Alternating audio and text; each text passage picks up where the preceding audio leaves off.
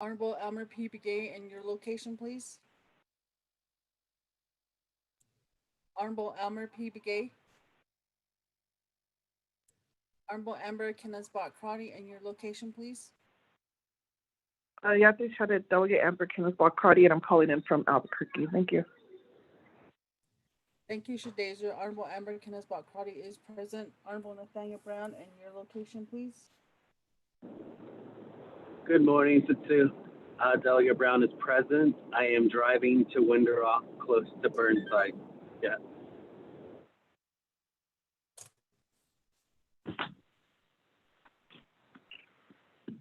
Thank you, Shachay. Good morning. Honorable Nathaniel Brown is present.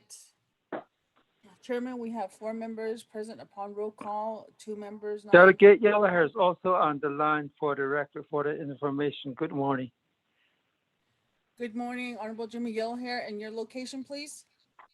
Here, I'm going to be in Winter Rock in about 20 or 30 minutes. Oh, Biga. Okay, thank you. Be Winter Rock.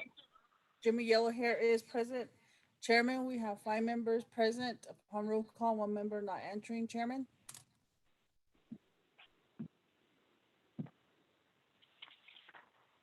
Christina, thank you for the roll call, and we do have 5 members present. So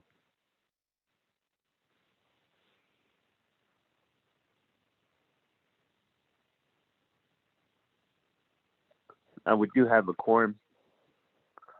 So that will continue with our business this morning. We do have a proposed agenda before us today. And we have roll call. I'll call this meeting to order. It is 8:12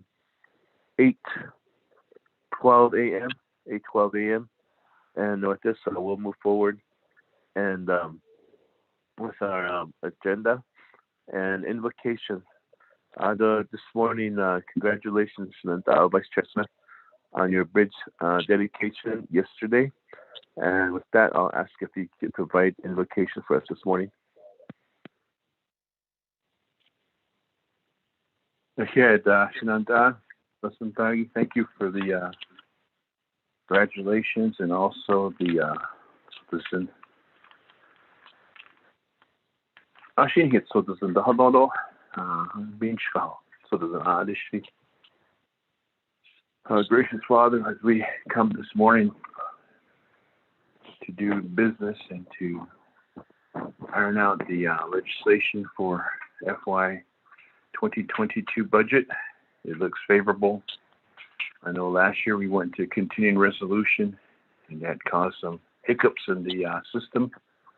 We just pray that we're all prepared, we're all ready to get it in order for the next level, Nabikiyatiet, and then from Nabikiyatiet to Navajo Nation Council, and get it finalized, sent over to the President for his review, and have it installed for the next fiscal year that's coming up, Father.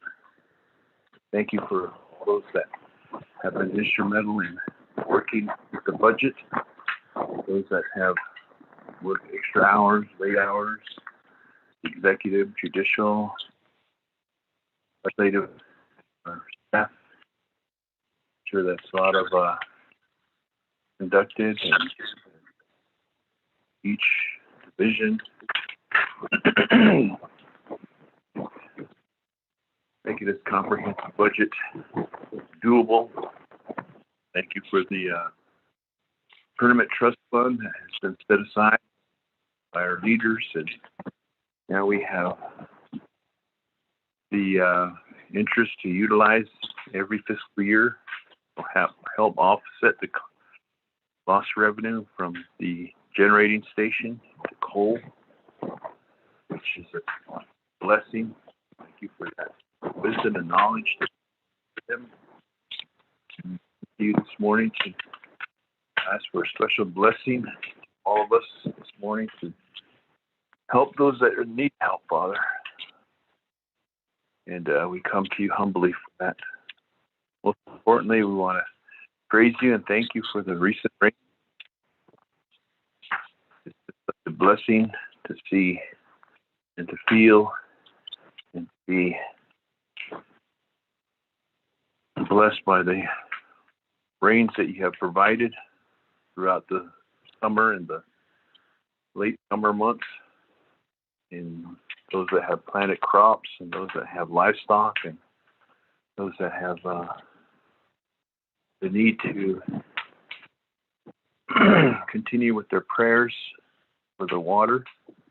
You've answered our prayers in an abundance, even though it's been muddy, has created difficulty for traveling on the roads. All that is part of what we experience when we do get rain. On the other hand, when it's drought season, there's no water, there's no feed for the animals. It's difficult, but we're not completely out of the drought, as I understand. We need to pray for a wet winter, and that we all prepare for the winter months. We would patch up our homes, build homes for our people that need homes, get them a roof over their head, and get wood out there for our fires, and get the roads prepared, and electricity, and those need these basic supplies so that they can have a comfortable winter this coming winter. Heavenly Father, I know you can provide all that, and we turn to you and we pray to you for that. I see. I see. Kuchin Hikanandro. He sings do. He behaved the Shadian. Hold with answers so the sin. Adonan called it. He's allowed so though. But so the sin don't. He's allowed on Blinigi. While she bananas the whole lodo. Nanish let the dan dazo.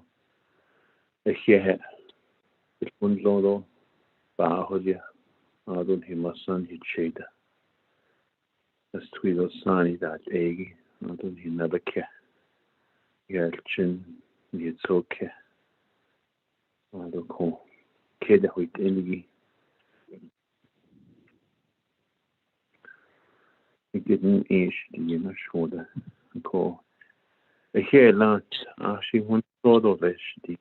Als je hun big bean schouw. Het zo dat ze niet hebben dat je bezit. De snelgie. Ik word aan het zo dat ze Jesus Christ. Amen. Amen.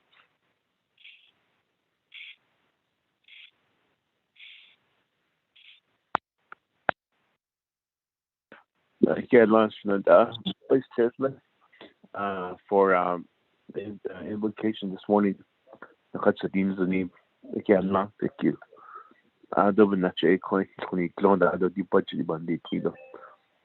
Gewoon chillen niet thuis. Zo is het voor agenda. Oh, stimmt. Doch ich immer wie gay. Kann ein Lunchen. Going to Ganado. Okay. Window. Okay, sure. KGA kid na hande na khachla iyad no. Ramona, did you get that?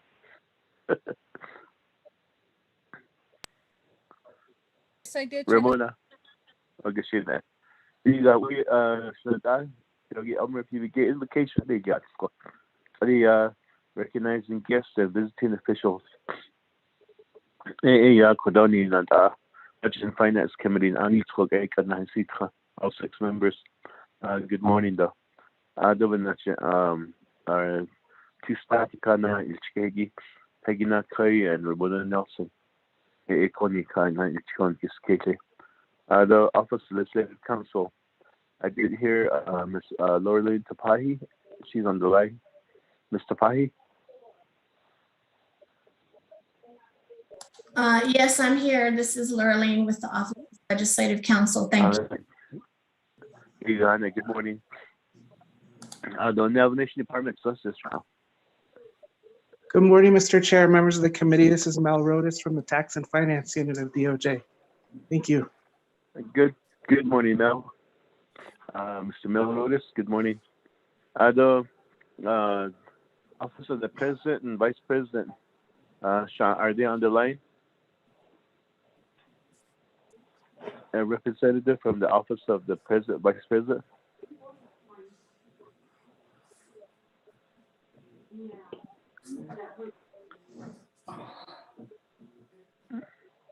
What about Navajo Nation Council, Office of the Speaker, Judicial Legislative Branch?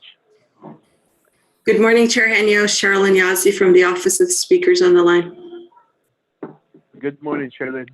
Our Chief of Staff for the Speaker's Office. Is there anybody else in the Legislative Branch?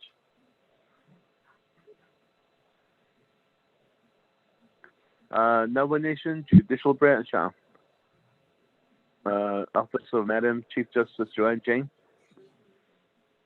Good morning, Chair. This is Karen Francis from Office of the Chief Justice. Good morning, Ms. Francis. Good morning. Back to the Executive Branch, divisions and programs. Do we have any divisions or program managers on the line, staff?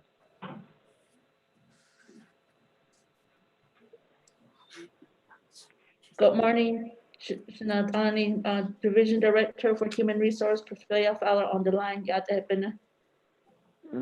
Dr. Fowler. Hello, do we have an office for this time? Mr. Chair, this is Dominic Bial, OMB. Good morning, Dominic Bial. Good to hear you this morning. Chairman Henyo, Budget Finance Committee. This is Cordell.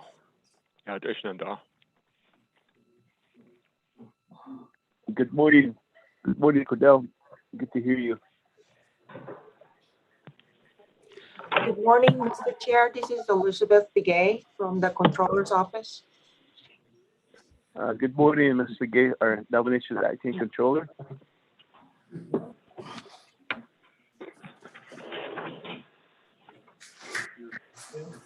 Do we have 24th Nomination Council based on Anisha that is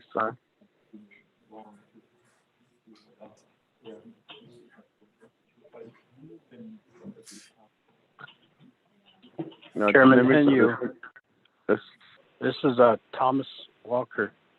Good morning, BNF committee members. Yeah, they should not. Good morning, Shananta.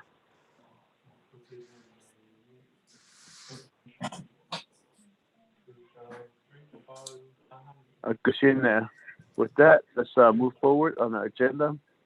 We're going to adopt the agenda. So, Peggy, if you would read the proposed agenda into the record for us, please. Can you all hear me? Good morning. This is the proposed agenda for the Budget and Finance Committee of the Navajo Nation Council, September 3rd, 2021.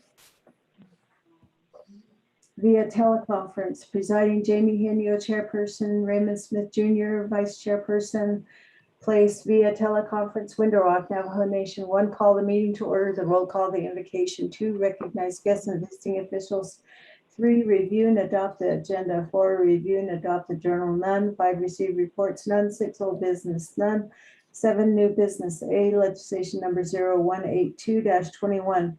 An action relating to budget and finance and Nebazod committees and to the Navajo Nation Council, approving the Navajo Nation fiscal year 2022 comprehensive budget, waiving 12 NNC section 820I, section 860, section 840B, 12 NNC sections 2001 at SEEK, and resolution number CF 0711, sponsored by Jamie Henyo and Amber K. Crotty, council delegates. 8, close of the session, written announcements, adjournment. The next meeting is going to be September 14, special meeting. Chair. Christina, thank you for the reading of the proposed agenda. So that Budget and Finance Committee, Is there a motion to accept the agenda as read? Motion, Delegate Crowdy. Appreciate a motion by Shannon, Delegate Amber Kineswat-Carty. Is there a second? Delegate Brown will second. Delegate again. Appreciate Shannon, Delegate Nathaniel Brown. Second. So we do have a motion and a second on the proposed agenda. Any questions, comments on the agenda?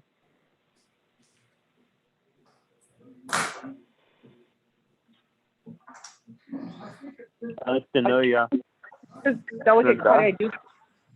You have the floor. Yes, thank you, Chair. In reading the title, can Legislative Council, so on the agenda, I would just need to know the waiving of these appropriations. If when we get to the legislation, Legislative Council can let me know and identify these sections and subsections that are being waived. Thank you, Chair. Thank you for that. May I, Mr. Chair? When we get to the agenda item, Ms. Tapahi, Okay. I'll have you do the explanation when we get to the agenda item. Any further questions, comments? I'll call for the question to adopt the agenda as read. Ramona, if you would lead us in the roll call vote. Sure, Chairman and members of the Budget and Finance Committee members, roll call vote for viewing and adopting the agenda. Honorable Raymond Smith Jr. How do you vote? Green. Is it Cojuez or Ajuez? Thank you. Honorable Raymond Smith Jr. votes green. Honorable Jimmy Yellowhair, how do you vote?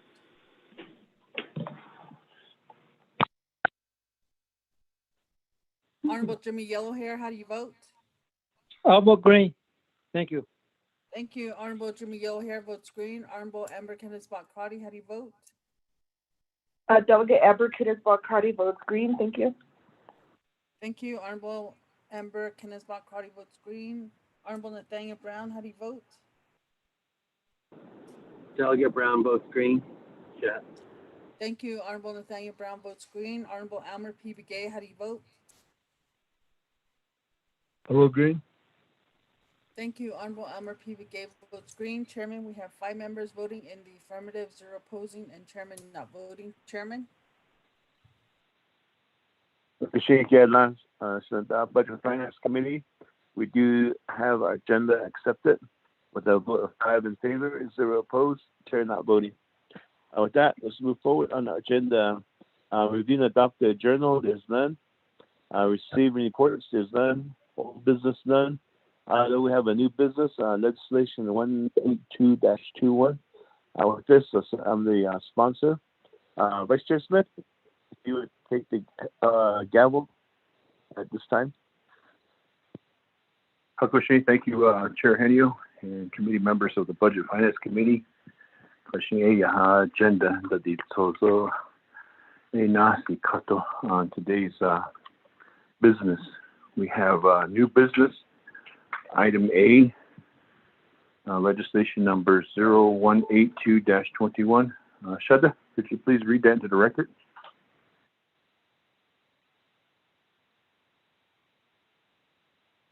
Yes, thank you.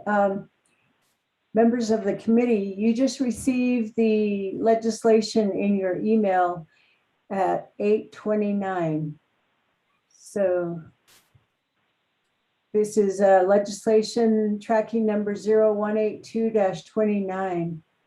It's a proposed Navajo Nation Council resolution assigned to Budget and Finance Committee, Fence Navigatia Committee, Fence Navajo Nation Council, 24th Navajo Nation Council, 3rd year 2021, introduced by Jamie Hinio, primary sponsor, Amber Kineswat-Carty, and I'm not sure whose signature that is. Tracking number 0182-21, an action relating to the Budget and Finance Committee, an action relating to the Budget and Finance and Navigatia committees and to the Navajo Nation Council, approving the Navajo Nation fiscal year 2022 comprehensive budget, waiving 12 NNC Section 820I, Section 860, Section 840B, 12 NNC Sections 2001 at SEEK and resolution number CF 07-11. The legislation is electronically read into the record, and I'm not sure if the committee wants me to read the entire legislation. Vice Chair.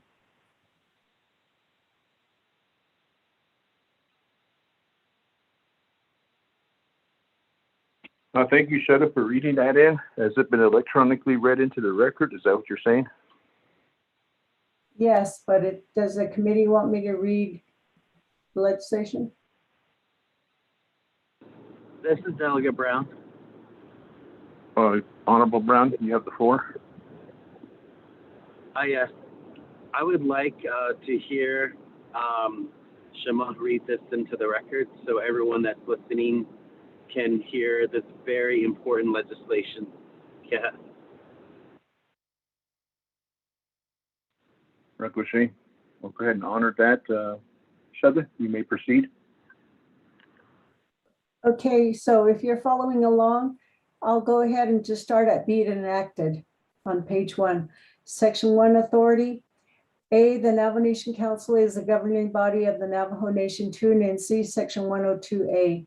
B, the Navajo committees assigned proposed resolutions that require final action by the Navajo Nation Council 2 and C, Section 164A9. C, the Budget and Finance Committee makes recommendations concerning the budget and submits them to the Navajo Nation Council for deliberation and approval. 12 NNC Section 840A.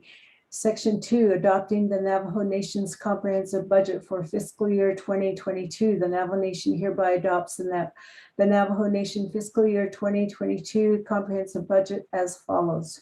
A, special funds. In accordance with the Navajo Nation Appropriations Act and other statutory provisions, the Navajo Nation appropriates $50,118,000 for certain special funds for fiscal year 2022, FY 2022, which amount consists of the following allocations. 1, 12% or $22,479,000 into the Navajo Nation Permanent Trust Fund.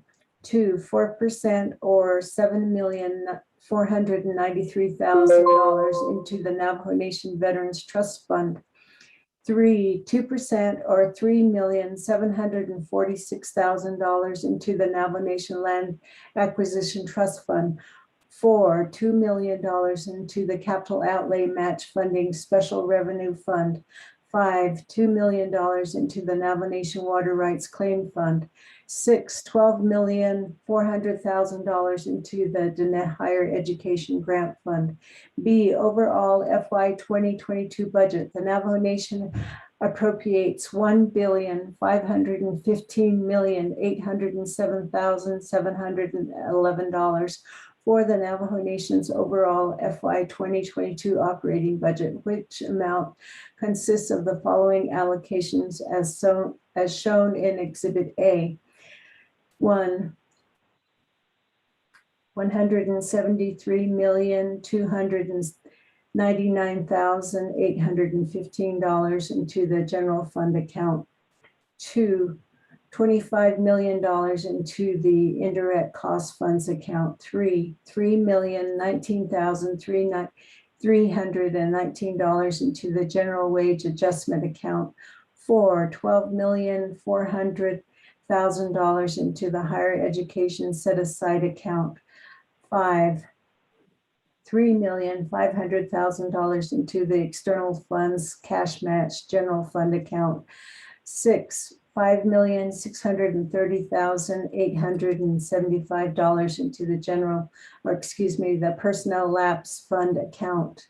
7, $91,828,678 into the proprietary funds account.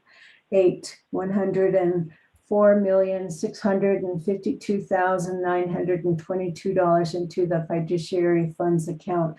9, $37,877,238 into the special revenue internal funds account.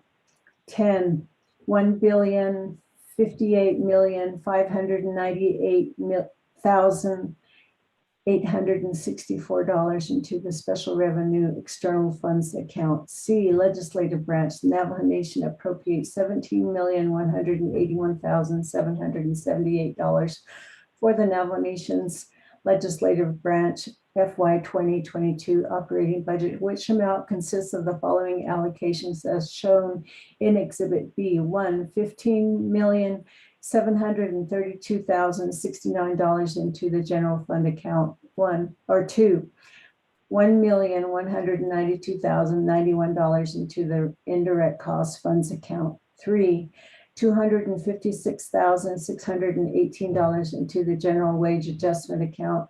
4, $1,000 into the proprietary funds account. 5, 0 into the fiduciary funds account. 6, 0 into the special revenue internal funds account. 7, 0 into the special revenue external funds account. D, judicial branch, the Navajo Nation appropriates $21,618,314 for the Navajo Nation's judicial branch FY 2022 operating budget, which amount consists of the following allocations as shown in Exhibit C. 1, $15,765,782 into the general fund account. 2, $144,564 into the indirect costs funds account. 3, $439,253 into the general wage adjustment account. 4, $283,478 into the personnel lapse fund account.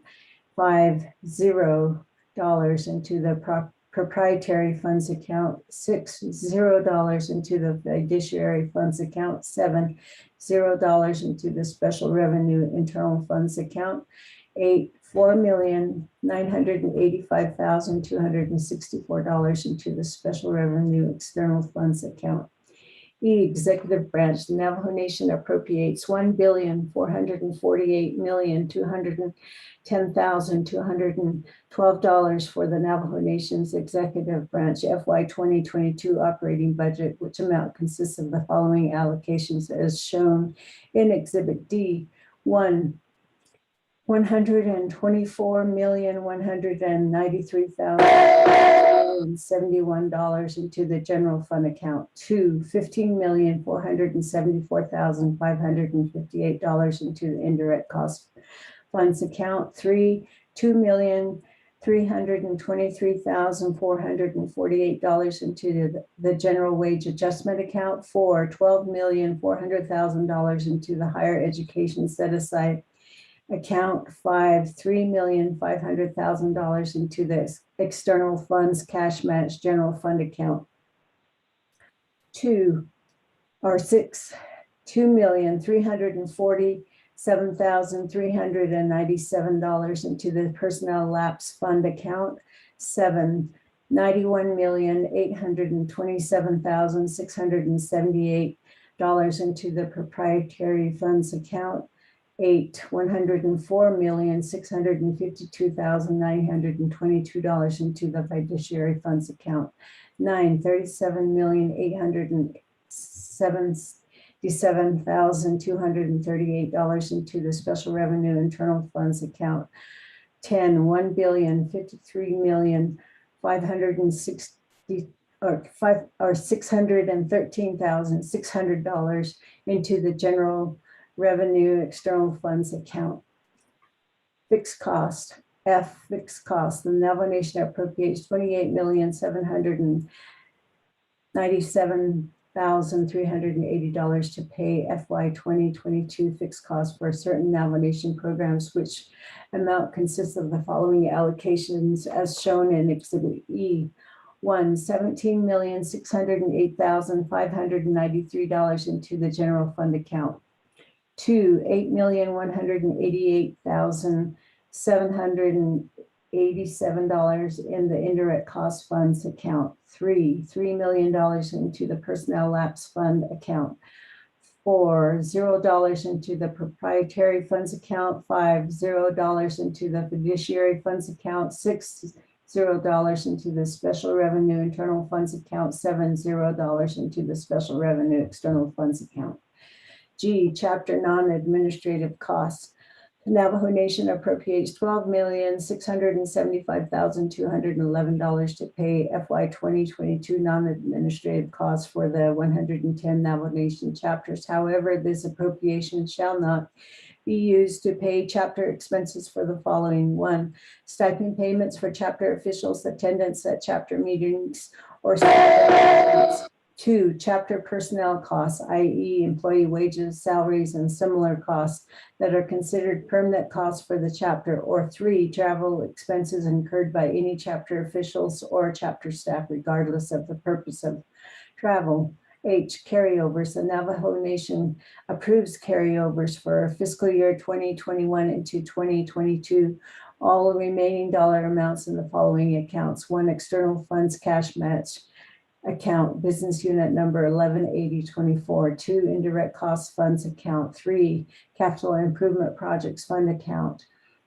4, the accounts of the various programs as shown in Exhibit F. The Office of the Controller, OOC, shall ensure that all carryover funds here approved herein are used specifically and strictly for those proposed line item amounts shown in Exhibit F.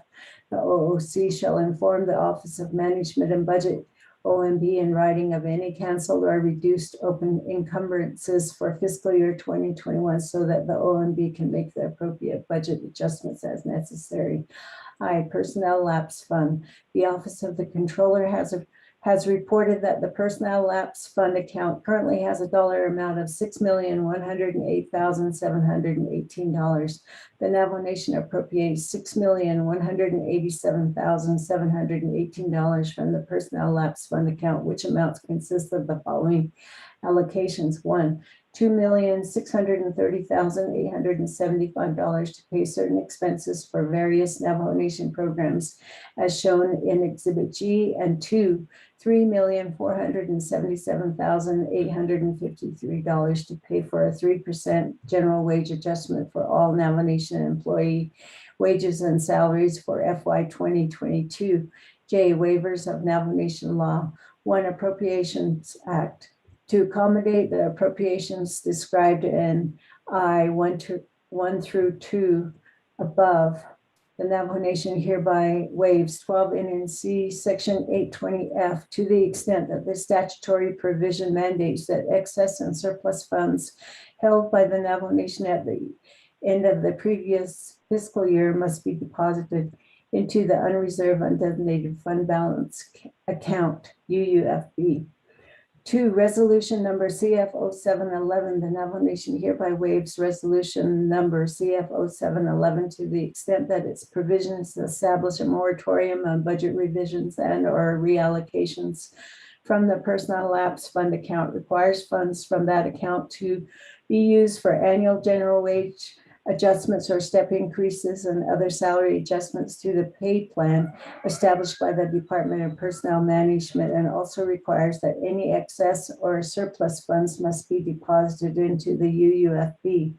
3, capital improvement plan. The Navajo Nation hereby waives 12 NNC Section 820I, 840B, and 860 for the purpose of approving this comprehensive budget for FY 2022 because the mandated capital improvement plan is not available. K, conditions of appropriation. The Navajo Nation Council and its standing committees, according to Title II and other provisions of the Navajo Nation Council, and other provisions of the Navajo Nation Code, are responsible for ensuring that all Navajo Nation divisions, departments, and programs provide adequate, timely, and professional services to the Navajo Nation and the Navajo people. One pragmatic and effective method to carry out such responsibilities is to establish certain conditions of appropriations, mandating the performance of specific tasks within a particular time period determined by the Navajo Nation Council. The Navajo Nation hereby approves and adopts the conditions of appropriation as shown in Exhibit H, which is exhibit shall be attached to this legislation when finalized by the Office of Legislative Counsel. L, legislative concerns related to the goals described in paragraph K above. The Navajo Nation hereby approves the legislative concerns for Navajo Nation FY 2022 as set forth in the attached Exhibit I, which exhibit shall be attached to this legislation when finalized by the Office of Legislative Counsel. M, expenditures not restricted by budget information. The Navajo Nation hereby acknowledges that all dollar amounts and accounts as listed and described in the Navajo Nation FY 2022 comprehensive budget are provided primarily for information purposes as directed in the Budget Instructions Manual. Such dollar amounts and account descriptions should not be deemed to limit the expenditure authority for any program, provided that additional funds are accepted and approved pursuant to 2 NNC Section 164B, 2 NNC Section 301B15, and 2 NNC Section 701A10. In BIA account number PL 7341701, the Navajo Nation hereby authorizes monthly drawdowns of all funds deposited into BIA account PL 7341701, Navajo Tribe, Arizona / New Mexico, which funds are considered Navajo Nation general funds as part of the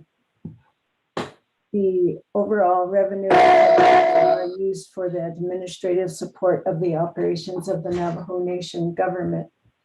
O, Land Acquisition Trust Fund. The Navajo Nation hereby waives certain provisions of the Navajo Nation Land Acquisition Trust Fund, LATF, specifically 16 NNC Section 1 and Section 205 to the extent that such provisions do not allow the use of LATF funds for operational expenses for the Division of Natural Resources or its departments and programs. The Navajo Nation hereby appropriates LATF funds in the amount of $241,189 from business unit 415000 Land Acquisition Trust Fund for the Division of Natural Resources as shown in attached Exhibit J. P, budget detail. The Navajo Nation hereby approves FY 2022 budget detail as shown in the attached Exhibit K, which exhibit should be attached to this legislation when finalized by the Office of Management and Budget. Section 3 directives. A, the Office of Management and Budget. The Navajo Nation hereby directs the Office of Management and Budget to recalculate all dollar amounts shown throughout this legislation in order to verify that final monetary totals are accurate and conform to all amendments to this legislation, if any.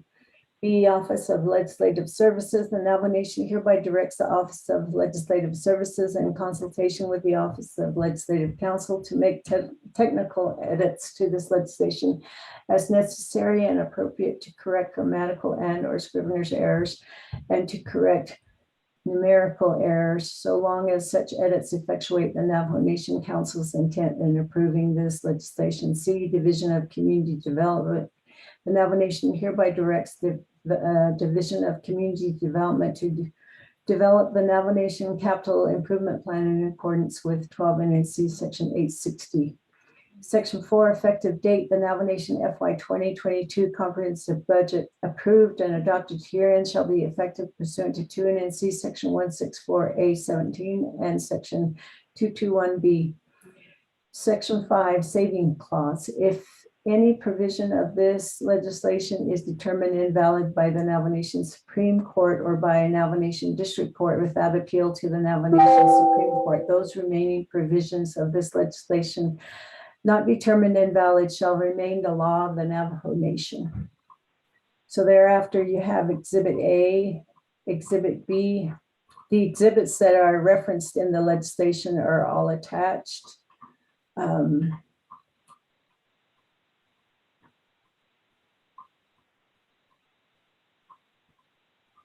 Thereafter,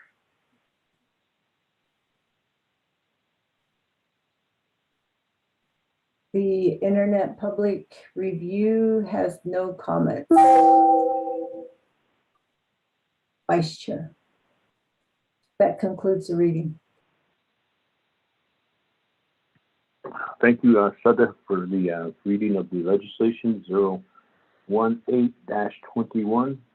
Motion? This is Delegate Brown. I'll motion. Honorable Brown will be motioning. Second. Yellow hair. Second. Honorable Yellow Hair. His second motion. We have a motion and a second for legislation 018-21. We have the sponsor and we have a co-sponsor with us this morning. Therefore, we will turn the floor over to Chair Henyo for the 20-minute introduction and presentation.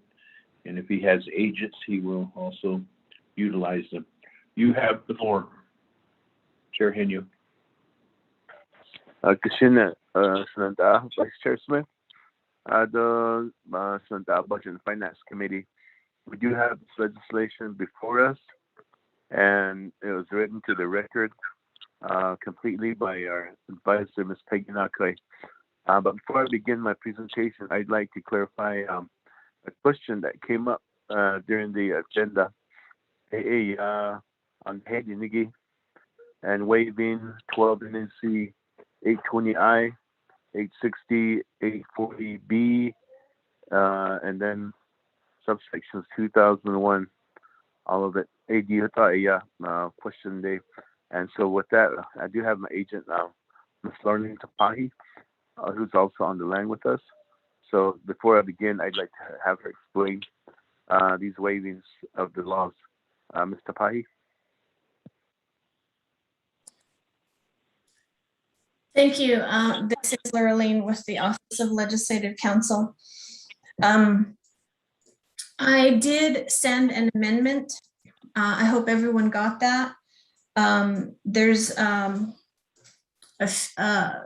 few minor amendments necessary for the title. I think if we can go first, then it'll be less confusing. And then I can go through the actual provisions of the code that are being waived.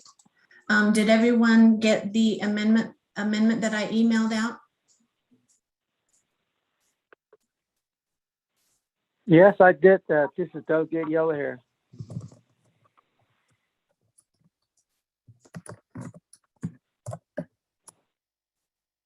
Legislative Counsel, you may proceed. I think we got him. Thank you. Okay. So the ones that we're actually waiving are in the Appropriations Act. I'm going to start with 820, 820F, and 820I. And 820F, I'll just read that real briefly. 820F is the provision that requires non-recurring revenues to be automatically put into the UUFB. And if that is not to occur, if the delegates, if the committee does not want that to occur, then that provision has to be waived by a 2/3 vote of the full council. So that's 820F. And then 820I, like ice cream, is the capital budget. Development of the capital budget shall be coordinated with the development of the operating budget. All budget requests shall be in compliance with an adopted capital improvement plan and shall not be improved unless in compliance with the plan. So to the best of my knowledge, there is no capital improvement plan. So let's go to page 5 of the legislation. The body of the legislation, line 16, capital improvement plan. You'll see 820I right there. And it's being waived because the capital improvement plan is not available. So that's for 820I. And let me back up just a bit, going back to 820F. 820F is being waived because if you go to page 5, line 6, the two appropriations in paragraph I, 1 and 2, The Navajo Nation needs to waive those because 820F requires that excess and surplus funds at the end of the fiscal year must be deposited into the UUFB. And what's happening is in section I, 1 and 2, as you recall from last week, the 6,108,718, it's actually 728, and that's in my amendment. That is the exact amount of the personal lapse fund account. And as you will recall, that entire amount is being allocated for various Navajo Nation programs as shown in Exhibit G. And it's also being allocated for the 3% general wage adjustment. So that's the that's the reason why 820F and 820I are being waived. Let's go to 840B, 840B. That says that the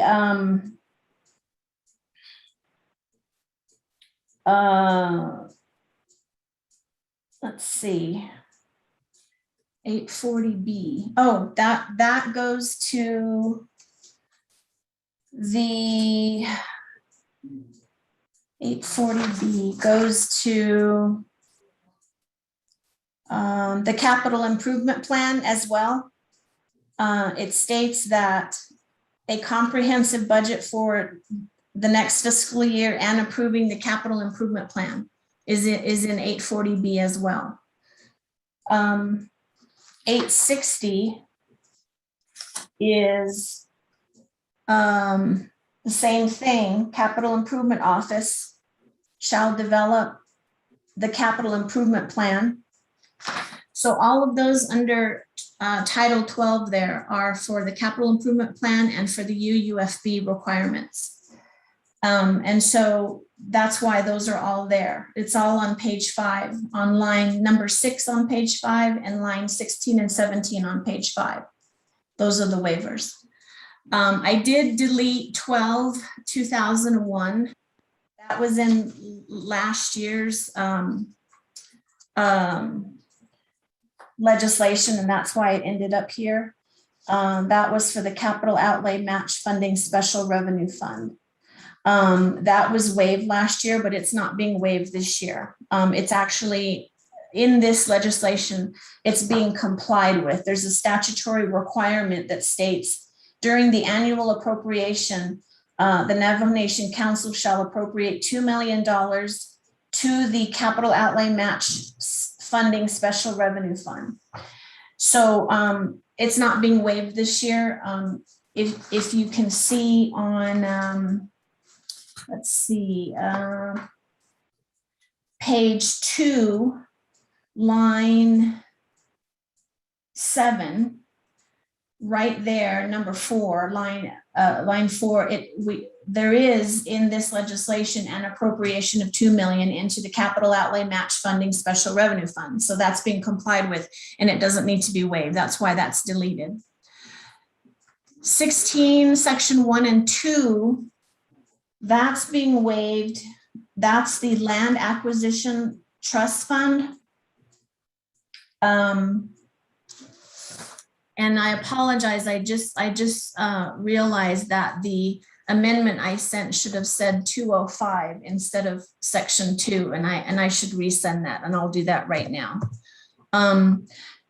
The reason for the waiver of 1 and 2 is that the Navajo Land Department, under the Division of Natural Resources, if you look under Exhibit J attached to the legislation, they propose that $241,189 be taken out of the Land Acquisition Trust Fund for different things that are not exactly directly for purchase of land. In Exhibit J, you'll see travel expenses, supplies, communications and utilities, repairs and maintenance. You'll see those things there. So if the Navajo Nation Council, if this committee is going to approve the $241,189 for Division of Natural Resources, then 16 NNC 1 and 16 NNC 205 need to be waived. And in line with that, if you go to the directives section, if you go to page, let's see here. I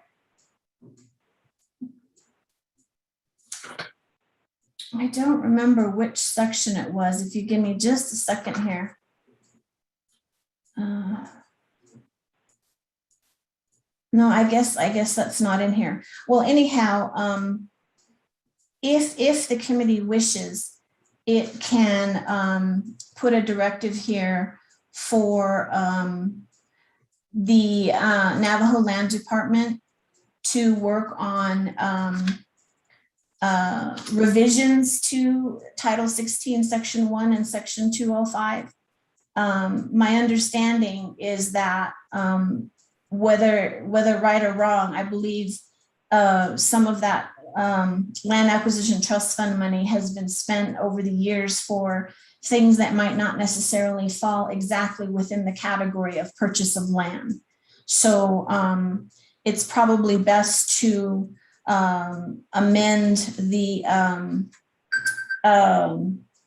the statute to fit better the operation, the program operations. So that's the reason for that amendment. If you do look regarding the capital improvement plan, if you do look on page 7 of the legislation, starting at line 6, there's section C. There's a directive there for community development to develop the capital improvement plan to comply with section 860. Because as I said, the waivers are primarily because there is no capital improvement plan available at this point. So in order to do this budget and to get this legislation passed, those waivers are necessary. So I think that covers all the sections. And as I said, I did make one error to the amendment. It was supposed to be section 205. And I'm sending a revised amendment right now, a revised amendment for the legislation for adding 205. And I've highlighted that in yellow, so you'll see that. So I stand open for any questions regarding this. And then before I get off, before I go back on mute, I did want to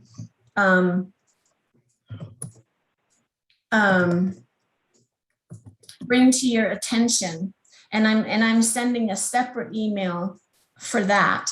I did want to bring to your attention Exhibit F, and that's regarding the carryovers. I wasn't really clear. I had worked, gosh, almost 2 days straight, and I wasn't exactly clear last week whether to put the carryovers in this legislation or to leave it out. And I thought that I would put it in, and then if the committee does not want it in there, we can certainly just delete it. There is a section, paragraph H, starting on page 4. It's on page 4 of the legislation. Paragraph H is carryovers, and it just explains it, and then it also talks about Exhibit F.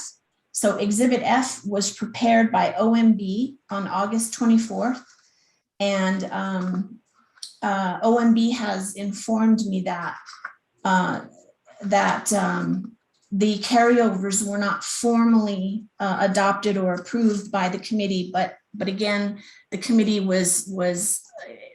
wasn't passing any legislation at the time. So I just put it in there, and of course, if the committee wants to remove that, I just wanted to bring that to your attention. And I am sending an email out right now regarding that. So I stand open to answer any questions. Thank you. Thank you, Mr. Pai, for that explanation on the waivers on the heading and within the legislation. That's a question that come up. And at the same time, with the possible, with the amendments that are being requested. There's also the Budget and Finance Committee within the legislation now, the carryovers and legislative concerns. I did hear Vice Chair Smith inquire about that, and the response was that there needs to be an amendment to this legislation to include the carryovers and legislative concerns to the Budget and Finance Committee. So there, before us is the legislation as it's written, and at the same time we need to do. There needs to be some amendments that needs to be taken care of. So with this, as far as the legislation is concerned, so the Budget and Finance Committee, we did begin this process back in June with the assistance of the Office of Management and Budget, Mr. Dominic Dial, and his staff. And with that, we started with the three-branch agreement on the allocations. And then from there, we went over the oversight budget hearings, each of the committees. Then within the last 2 or 3 weeks, we did our duty as the Budget and Finance Committee to do the comprehensive budget hearings, where we brought all the committees before us, and they introduced their budget legislations to the committee, and from there we just made provisions for legislative concerns and conditions of appropriations. Although from there, we just finished our task last week, and although from here, it just finished the 5-day comment period. This legislation, and it's before us right now as we begin the process of accepting the comprehensive budget before the timeline and have it to the president in a timely manner, so we will be in compliance with the law. So I need to explain, as Peggy had read the legislation itself, I really don't need to be going over the legislation again, as it was read into the record and explained each area. So with that, Budget and Finance Committee, Vice Chair Smith, if we could go through the amendments and take care of the amendments that are needed, and then from there we could go to the question and answer portion of it too. I yield the floor back to you, Vice Chair Smith.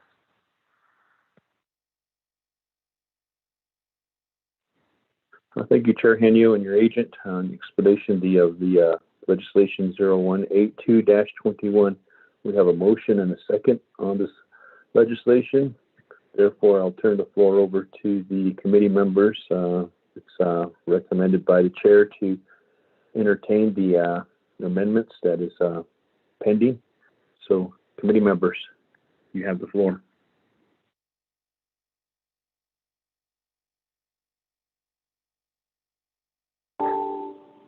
Vice Chair Smith, this is Delegate Crowdy. Good morning, Crowdy. You have the floor. Yes, thank you, Chair, Vice Chair Pro Tem. Sorry. I was looking at another amendment that the committee needed to address was the fixed cost.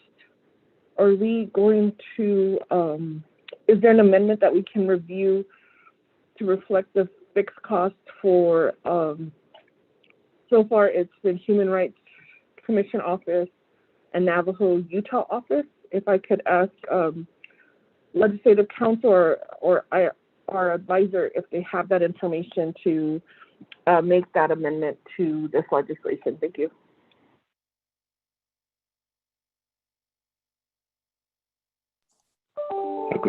Thank you, Honorable Crowdy. Committee members, before I turn the floor back over, is there any other questions?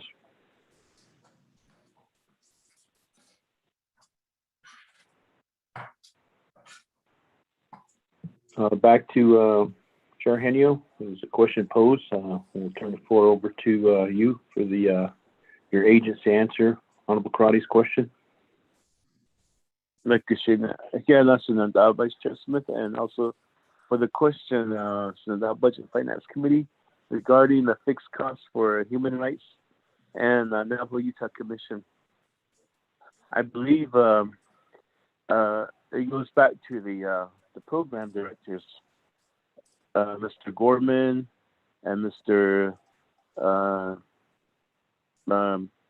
Clarence over at the Navajo Utah Commission to initiate that move to develop a budget for the fixed costs, much like what Mr. Martin Ashley had completed, where he separated presented two budgets to the committee. One is the fixed cost budget, and then the other one is revising the program budget to delete the proposed fixed cost item. And so I don't know if that has been received, or if the two program directors have been notified of this possible amendment. So Peggy, if she had received any type of information, or maybe Mr. Biel, Dominic Biel, Office of Management and Budget, to see if they received the budgets that separate the two. And if it's in place, then I believe the amendment will be good to go. But if there's no budgets and there's no movement from the program itself, then I believe we can't really do anything unless we do the work for them. Senadal Vice Chair Smith. Mr. Bial, are you on the line here?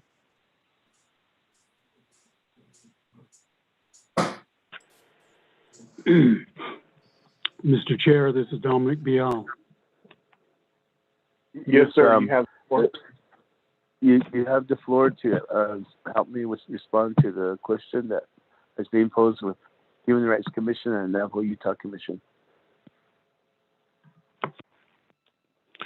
Mr. Chair, Vice Chair, committee members, in response to the question about a budget proposal coming from either the Human Rights Office involving the Utah Commission, we have not received any budget,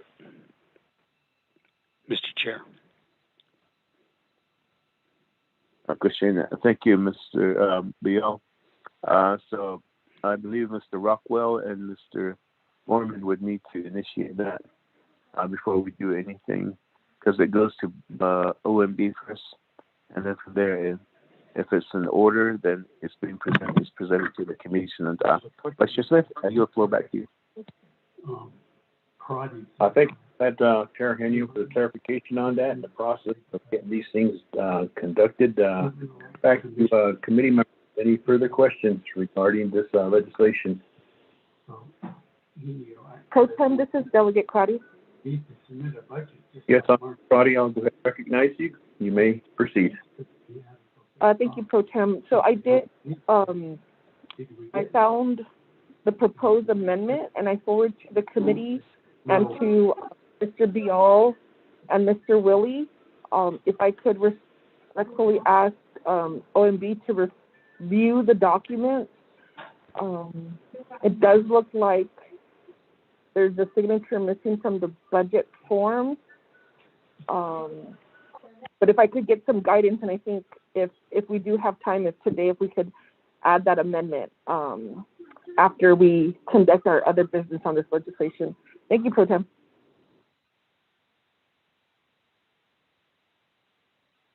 Thank you, Honorable Crotty. Committee members, any other questions, concerns regarding this legislation? Chair, Vice Chair, Dr. Begay. Honorable Elmer Begay, you have the floor. I'll let you proceed.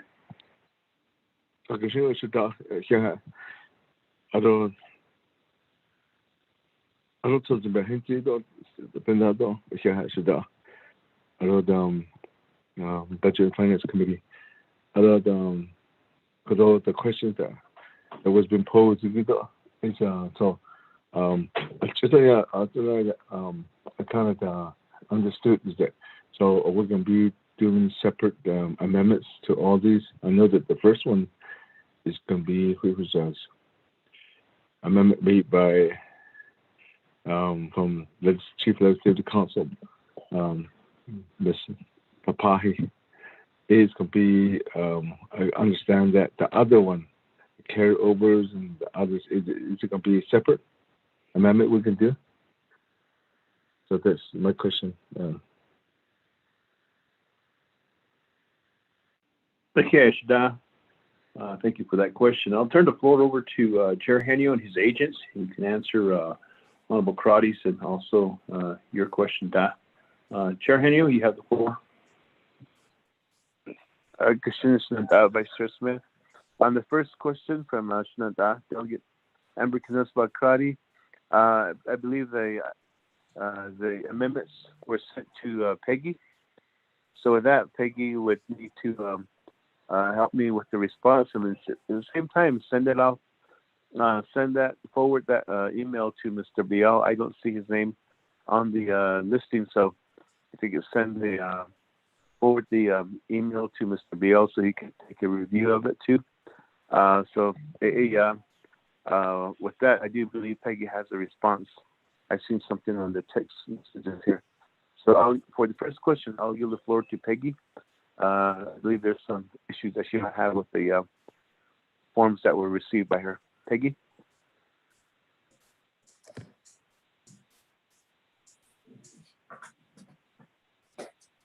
Vice Chair, do I get to speak? Vice Chair. Yes, you're the agent. The agent has the floor to turn over to the agent, so he's in control of that. You have the floor. I didn't realize I was the agent. I'm just kidding. But anyway, we did receive the email from Shadeja Delegate Crotty on the Human Rights Commission. And I think that OMB needs to have time to review this and work with the program if there needs to be changes. That would be my recommendation on that. And there's sufficient time. Tuesday, the NABI will be in session, and so maybe it could be a NABI amendment if necessary. If they're trying to get signatures and people are not available to attain those signatures.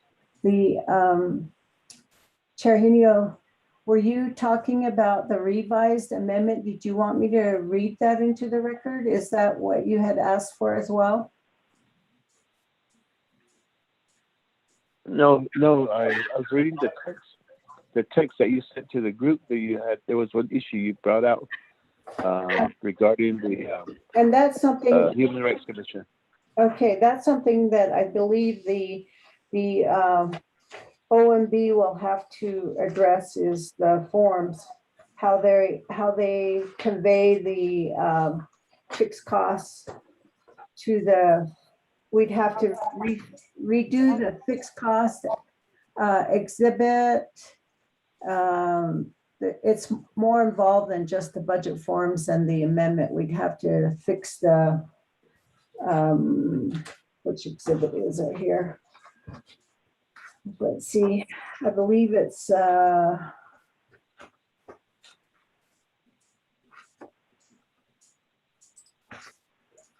Laurleen, maybe you can help me with this, but it is one of the exhibits that she referred to in the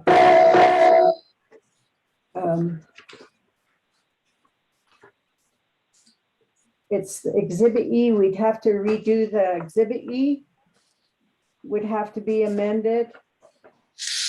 And then the budget forms that were requested. This is just the human rights budget forms. And you would have to, for the Utah Commission, we haven't received anything yet for that particular, the budget forms, but OMB will have to have time to do that, and then we need to fix the Exhibit E. Or fix Exhibit E to comply with the request. Like again, thank you, Peggy. So our Budget and Finance Committee, with the proposed amendment, the Human Rights Commission to add their budget to the fixed cost. As mentioned, we would need to go back and amend Exhibit E to add human rights to the right below office rental for ONTC. And then after that, redo the totals, which would up the total a little bit. And then at the same time, OMB would need to review the budget to make sure everything is in order. So we'll give them time to do that while we take care of the other business. As for the questions from Shanata, Delegate Elmer PBK regarding the carryovers, which is Exhibit H on the, Exhibit F, recommended carryovers as of August 24th for Kagi, as indicated by Ms. Tapahi earlier. There needs to be an amendment to add this Exhibit F, if I'm right, Ms. Tapahi? Is that what we need to do? Thank you. If we're talking about amending fixed costs, yes, we need a new Exhibit E. And then Mr. Pai, we talk about carryovers right now. It's a question from Delegate Elmer PBA. I'm sorry. My question is, does the committee want to leave in Exhibit F, which is the August 24th document from OMB? It lists by resolution. If you look at Exhibit F in the first column on the far left-hand side, you'll see by resolution. Law and Order Committee, there's 1, 2, 3, 4 resolutions. Resources and Development, there's 2 resolutions. And on the second page, Exhibit F, there's 1 resolution from Health, Education, and Human Services Committee. So these 3 committees did affirmatively, they did approve a carryover for their various programs. So OMB put that all into a document, which is Exhibit F. And so Exhibit F is referenced in the body of the legislation. And it is, of course, an exhibit. And so I put that in there thinking that if the committee did want to leave it in, then we can. If not, if the committee decides not to do that, then that's okay too. We can delete that as well.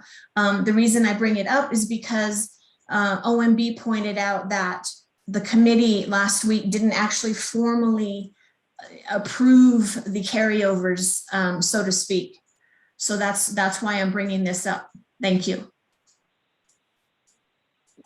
Thank you, Mr. Kai. So back to the Budget and Finance Committee, to the question on carryovers. It is the legislation as Exhibit F, but as stated during the time we were doing the comprehensive budget oversight, not oversight, but the comprehensive budget hearings, nobody spoke to the carryovers.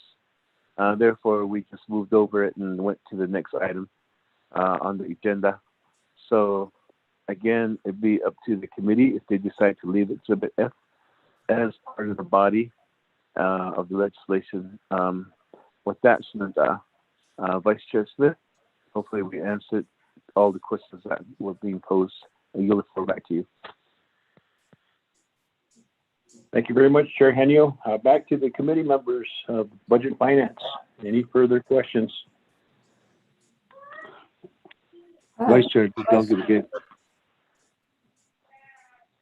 I hear Honorable Brigade. I hear Honorable Crotty. Is that how the queue goes? Do I hear your voice back there, Honorable Crotty? That was me, Peggy. Okay. I'll give the floor to Honorable Begay. You have the floor. Chair Neil. So then thank you, Ms. Kapahi. Thanks for the explanation. So I think to get better organizing on this, the amendments. So understanding that right now, I think a carry over a separate amendment. So as I think, I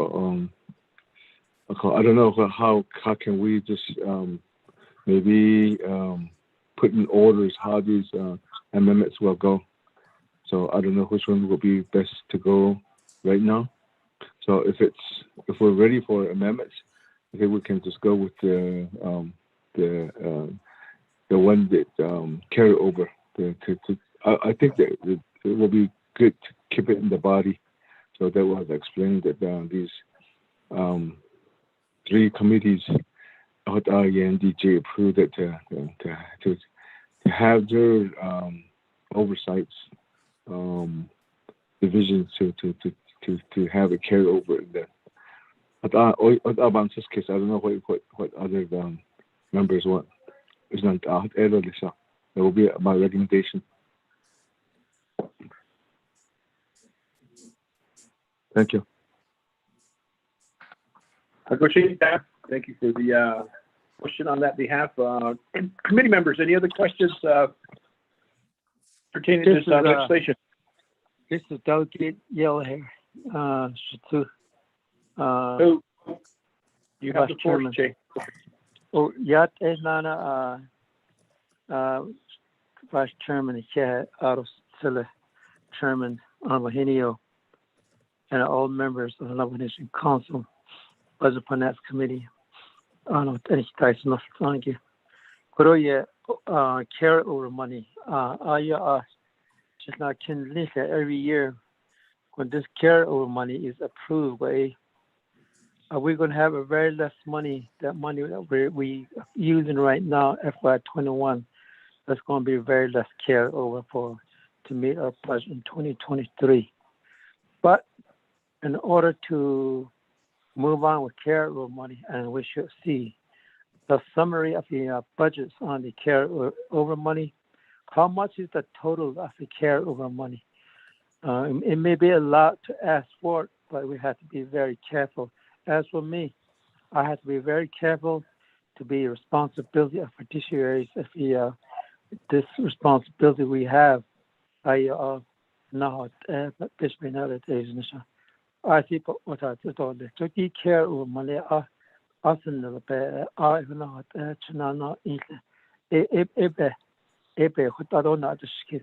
Mr. Bial, the final total cost of care over money. We should consider that based on that one. Thank you for the floor, Vice Chairman, to Honorable Smith. Thank you. Yeah. Thank you for that inquiry. Back to Chair Henyo. You have the floor.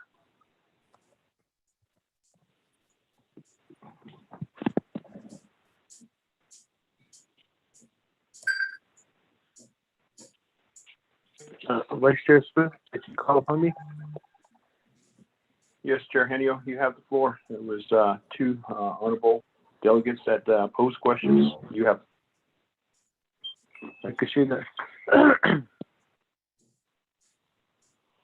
Hey, Lieutenant Vice Chair Smith. This is the Budget and Finance Committee. I guess one was a recommendation I heard from Delegate Elmer P. Begay to leave Exhibit F as it is in the body of the legislation. But his other question was amendments. What amendments do we need to take care of? And first amendment that we need to look at probably is what Mr. Tapahi had sent this morning at as she went over the heading and the recommended amendments that she had put forth before the committee, and as part of our email here, as let's see here, this morning, Ilagi, you look at your email. It is at 9:09 a.m. Revised amendment for Kagi. If we want to do the amendments, entertain the amendments first, and then from there, we can move forward.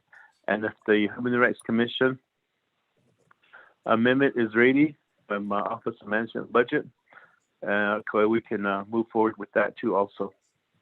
The other amendment that we also need to do is adding the legislative concerns and the conditions of appropriations into the body of the legislation also. If you look at the legislation, that exhibit is blank. There's nothing on there, but we did discuss this as a committee, and we did approve it. And it's exhibit, let's see here, H. Exhibit H, we need to put some conditions of appropriations in there. There were several. And then the next exhibit, I, we also need to put the legislative concerns into the body of the legislation. So those are the amendments, Vice Chair, that we need to entertain. I'll go with Delegate Yohere's question regarding carryovers. It's from the recommendation from the committees, the oversight committees that were put forth, and the OMB, working with Mr. Pahi, decided, okay, we'll honor their requests and put this as part of the body of the legislation. So that's how it ended up there. Back to you, Vice Chair Smith. Well, thank you, Chair Henio. Committee members, Chair Henio had posed the committee to have the amendments be placed for the discussion of this legislation, and also other amendments that may be forthcoming. However, committee members, we'll go ahead and turn the floor over to you. We have amendments drafted by Legislative Council. So back to the committee members for the consideration of the amendments. Vice Chair, could I speak? This is Peggy. Peggy, I'll go ahead and recognize you. Shada, go ahead. Yes, it's members of the committee. There's a couple of things that I wanted to I have questions about the amendment that is proposed by Legislative Council. If you go down on that page that she sent to you, the revised that was sent at 9:09, it has the exhibits that were spoken of by the chair, Henio, the legislative concerns and also the COAs. That's number 3. So that amendment is taken care of in that language that she has under 3.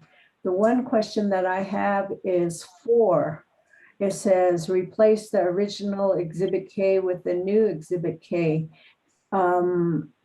Exhibit K is the big book, and I'm not sure if OMB has that ready to be added as an amendment to this legislation as of today. I'm not sure. So I think that's a question that needs to be posed to OMB to see how, if they've got that Exhibit K ready to be added to the legislation. Vice Chair.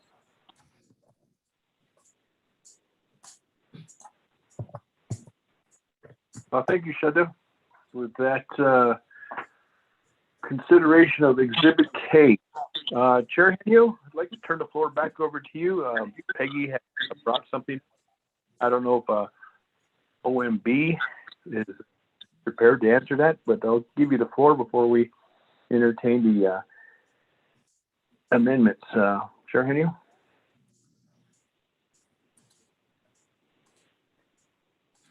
Kashina, I can ask Vice Chair Smith. I'll defer the question to Mr. Dominic Biel. He could help us with the response.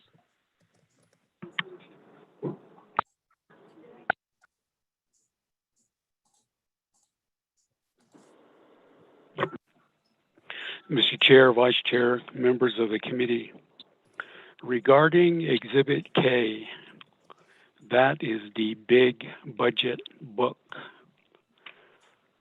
Now, we've so far, based on the Budget and Finance Committee's actions during your budget hearings phase, and then the dropping of the legislation 5 days ago, we have prepared Exhibit K based on those actions.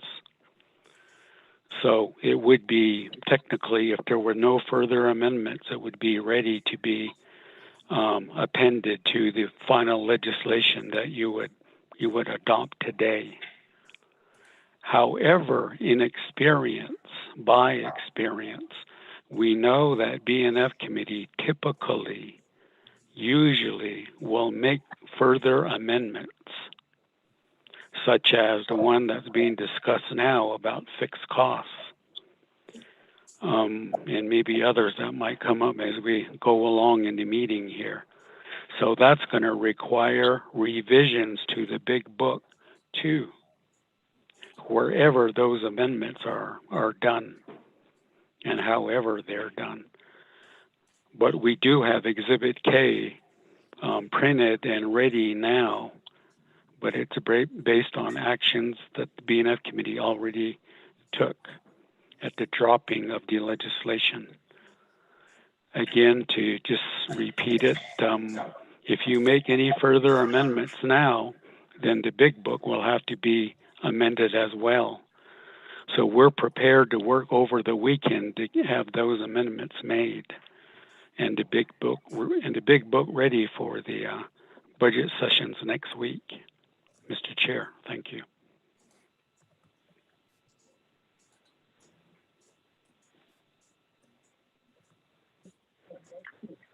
Thank you, Mr. Biel, for that explanation, and we do appreciate it. So back to Vice Chair Smith. Yield the floor back to you. Point of order. This is Doug Gideon here. We have a point of order. Honorable Yellow here. Che, go ahead. You have the point of order. Yeah, the first thing I asked question, I made my comments on the carryover money. I request for a summary total amount of the how much is the carryover money. Based on that one, we have to be very careful to make a decision how much is it for carryover money that we talk about overall budget for FY22. That was never spoke on my brother, Honorable Henio Ariahati, and so yeah, that's my point. Yeah, thanks for the floor, Vice Chair. Hagoshi, Honorable Yellow Hair, point of order will be carried as proposed as your question. Honorable Chair Henio, you have the floor. Okay, lunch Vice Chair Smith, Budget and Finance Committee. With the question that has been posed by Delegate Jamil here, I'll defer that back to Mr. Dominic Biel as through his office. These carryovers were put in as exhibit working with our legislative council. So, Mr. Biel.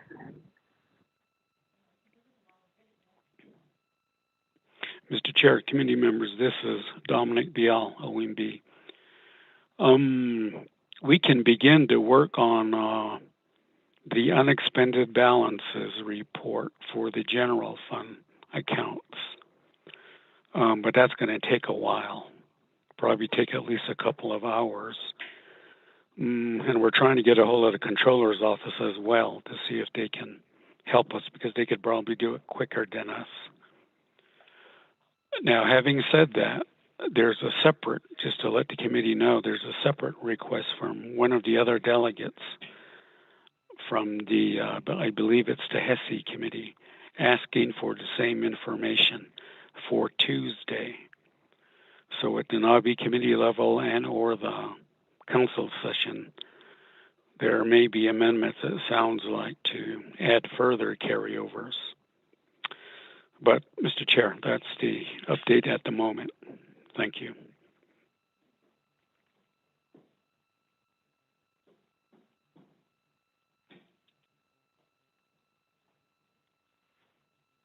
Thank you, Mr. Bill, for that explanation. And as we move along on this comprehensive budget legislation, there will be some work that needs to be done. Back to you, Vice Chair Smith. Thank you, Chair Henyo.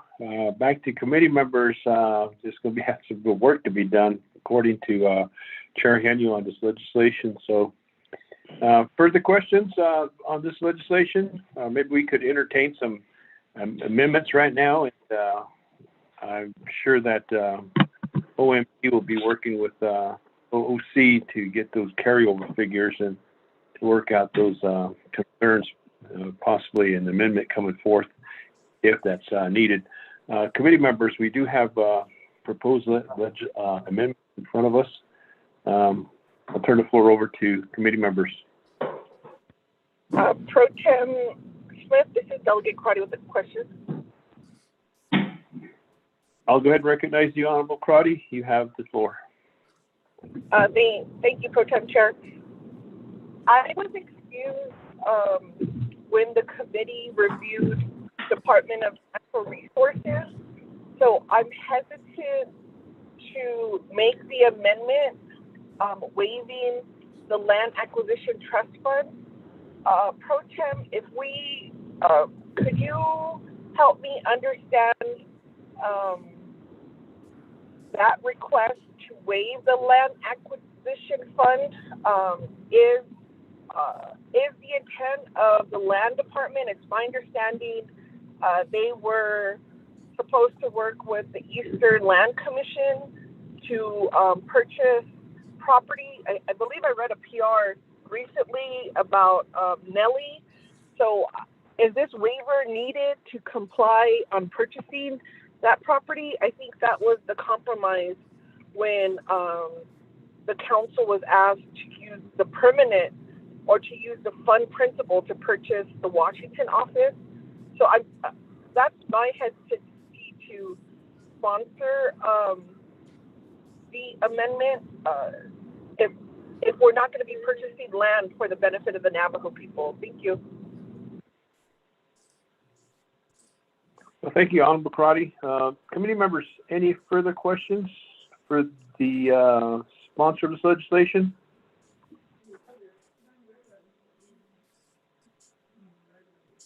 I don't hear any. I'll turn the floor back over to Chair Henyo. You have the floor.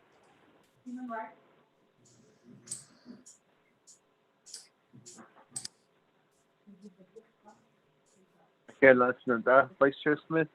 And for the question regarding the Land Acquisition Trust Fund and the Land Department's proposal to utilize that funding for their office operating expenses. And I do share the same concerns as we are opening the door for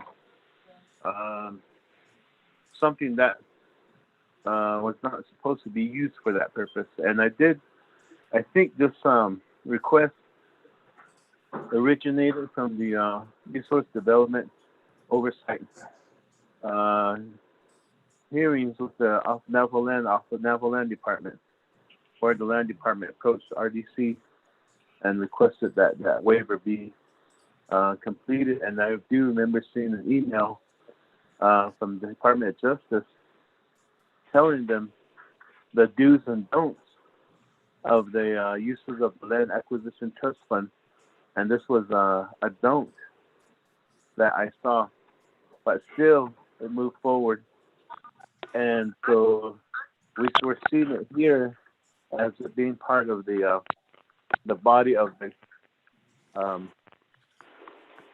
legislation as recommended by RDC, and therefore at the onset of the my presentation, Ms. Tapahi explained that it'd be up to the committee to decide whether to move forward with it or without it.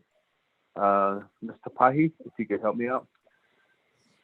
Yes, this is Lurleen with OLC. I'm actually looking right now at RDC AU-20-21. This is the RDC resolution that approved the budget for the Division of Natural Resources. And you are correct that there is a provision in the resolution that says they're explaining the reason why they're recommending. It says Section 3 recommending waivers of 16 NNC Section 1 and Section 205. And the reason is that OMB, with the assistance of DOJ, has determined that the $241,189 that's shown in the exhibit, let's see.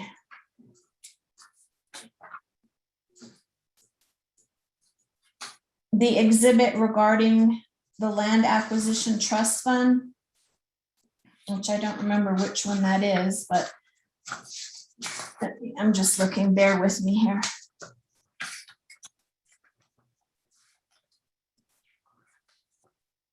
It's Exhibit J. Oh, thank you, Peggy. Okay, so Exhibit J, if you look at Exhibit J, at the very bottom right-hand corner, it says prepared by OLC August 27th.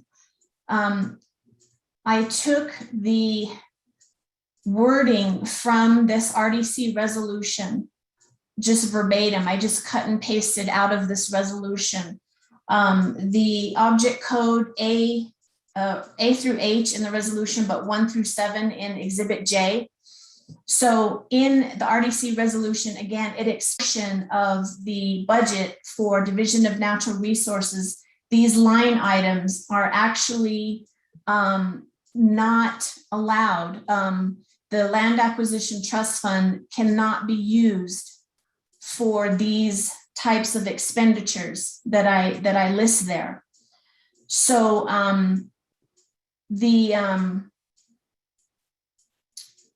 that's the reason that I've attached this exhibit here, and that's the reason for the waiver of 16 NNC 1 and 205. And of course the committee can always, delete this if it doesn't approve of the waiver of the Land Acquisition Trust Fund provisions. But I did want to let you know that it comes directly from the RDC. And if you committee members would like, I can email you this RDC resolution real quick. Thank you.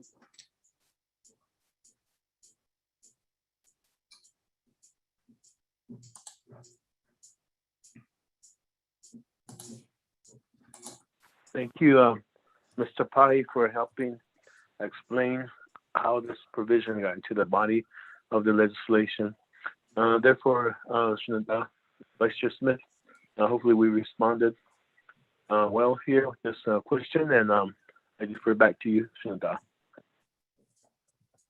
Akoshi, thank you, Legislative Council, and also Chair Henyo for the clarification on that. And I know that BNF is right now considering the legislation that's in front of us. Committee members, any further questions regarding this legislation? Pro Tem Smith, this is Delegate Crotty. Yes, Honorable Crotty, I'll let you have the floor. You may proceed. Thank you, Pro Tem Smith. I'd like to motion the amendment provided by Ms. Tapahi to the committee, but I would ask that the waiver of the Land Acquisition Trust Fund be removed until more information is provided. because there is a DOJ memo stating that that cost is not allowed, and the program was made aware of that prior to the budget. So if I could make that motion pro tem, and if we could clarify, I believe current exhibits are attached to that amendment. So the intent was to also add on the conditions of appropriation and legislative concerns. Thank you. Chair. Thank you, Honorable Claudia. We have Chair. Hold on, Chief. We have a motion in place requesting to have the Land Acquisition Trust Fund to be removed, the waiver, due to the DOJ's memorandum or opinion regarding the do's and don'ts that was explained by Chair Henio and Legislative Council. We have a motion on the floor. I'll recognize that motion. Do we have a second? Yellow hair, second. I'll recognize Honorable Jimmy Yellowhair as a second on the motion for the removal of LATF until more information is provided pursuant to the motion that was from Honorable Crotty. Committee members, we have a motion and a second. Do we have any discussion on this motion and second?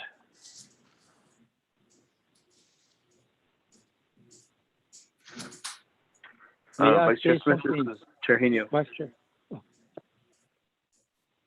I'll turn the floor back over to Chair Henio, and then I heard Honorable Yellowhair. But first, I'll give the floor to Honorable Chair Henio. You have the floor. I just want to get clarification from Ms. Tapahi to see if she could develop an amendment for the committee to formally adopt. If we could give it a little bit of time. That's my request. Vice Chair, I do support the amendment. Just need to get it in writing from Legislative Council.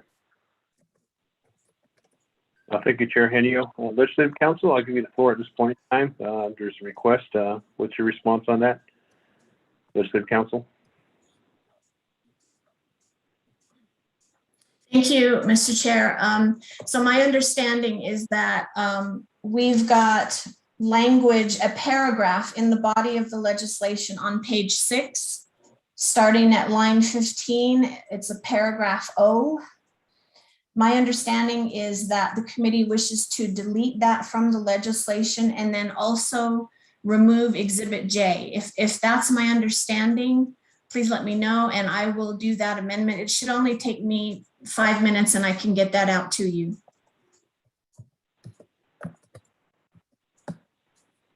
Agushin, Legislative Council, thank you for that. We do have a motion and a second on the request to remove a waiver language. Committee members, any other questions on the motion? Vice Chairman, Pro Temp Chair, this is Delegate Yellowhair. Yes, Honorable Yellowhair, I'll recognize you on the motion of removing the waiver language on the motion. You have the floor.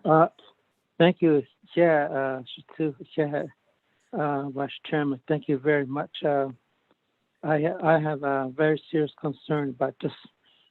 Support it to 100% to take this out and move on with it. And it's important that its expenditure is not related to a land acquisition, how it was in this legislation for, therefore, to remove it. So about this, Chair. So too, thank you. Chairman Henio, thank you very much, and the Legislative Council, Laura Lane, Chair. Thank you very much. I'll go Chang. Committee members, before I call for the question, last call for any concerns on this motion? And there's a second.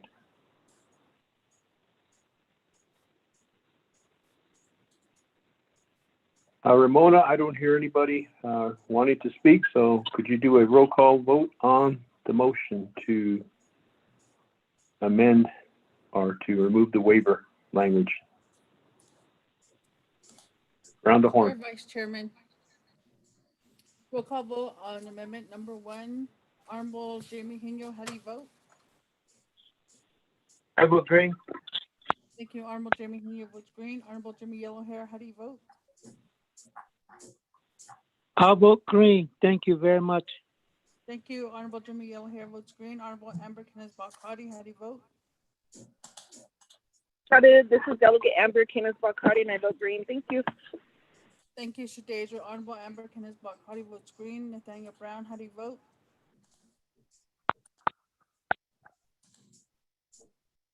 Honorable Nathaniel Brown, how do you vote? Delegate Brown votes green. Thank you. Honorable Nathaniel Brown votes green. Honorable Elmer P. Begay, how do you vote? Honorable Elmer P. Begay, how do you vote?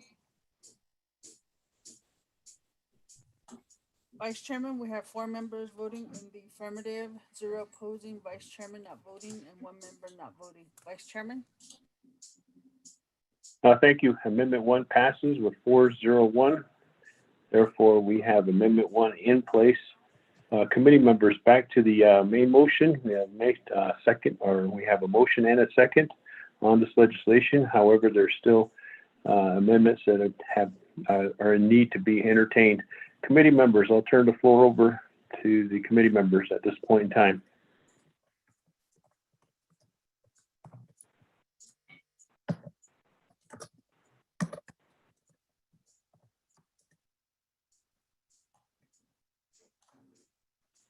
Committee members, are we ready to call for the question here? Hello. Go ahead, Delegate Yellowhair. No, you go first, Shamaya. You go first. Go first. Pro Tem. Yes, Honorable Karate. I'll go ahead and recognize you. You have the floor. Thank you, Pro Tem. I would just need help from the sponsor and the staff if they could identify any other additional amendments that are needed. I know Legislative Council is working on one, but do we have one that the committee needs to take action on that could be identified for the committee? Thank you, Pro Tem. Thank you for that, Honorable Karate. At this point in time, I'll turn the floor over to Honorable Yellowhair. You have the floor. Yeah, it's been a good morning again. Thank you, Vice Chairman, as Pro Tem here. Honorable Henio, thank you very much. My concern is based on relate to a legislative concern. There's 2 things I brought up during our budget going through the programs, and one item that this is before a under Resource Development Committee before Dr. Shapala. One area I hope still in this legislation concerns, there's the medications or medicines that are really high over at Navajo Nation Veterinarian. That need to be considered and should be at the same price like Gallup Veterinarian Office. These type, because some of these medicines the price are high and the people can't afford, and therefore they take their livestock to off reservations to take care of these their animals. That was my request. Number 2 was another legislative concern is in judicial branch employees like a Pinion Judicial Complex. The judge and the court administrator need to be involved to take care of this Pinion Judicial Complex, which is still forthcoming to have the construction. They're not involved. That's why I asked for legislative concern. I'd like to ask make these 2 Peggy, our advisor, to make sure these 2 legislations are in their concern. Yeah, once about state like Vice Chairman Pro Tem. Yeah,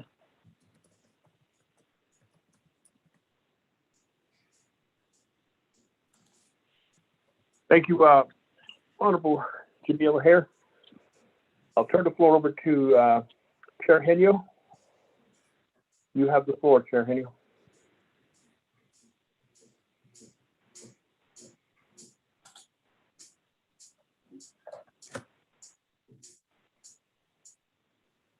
Good, Vice Chair Smith.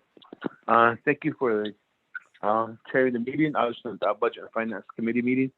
We did one amendment, and we still need to do 2 more amendments from that. If we could get to that. The one proposed by Mr. Pahi, that's in our email, to change some language within the body of the heading of the language legislation and within the body of some totals again. If we could take care of that, and then also to Delegate Jimmy O'Hare's question regarding, we still need to do that amendment to add the legislative concerns and to add the conditions of appropriations also to the exhibits that are left blank within the body of the legislation. So, the Budget and Finance Committee and Vice Chair Smith, if we could go that route. I give the floor back to you. Thank you for that clarification, Honorable Chair Henio, regarding the amendments and also the upcoming legislative concerns and conditions of appropriation will still be needed to be entertained. Back to the committee members, pursuant to what Chairman Henio had presented, there are 2 more amendments that has been provided for the committee to consider. Committee members, do you have the floor?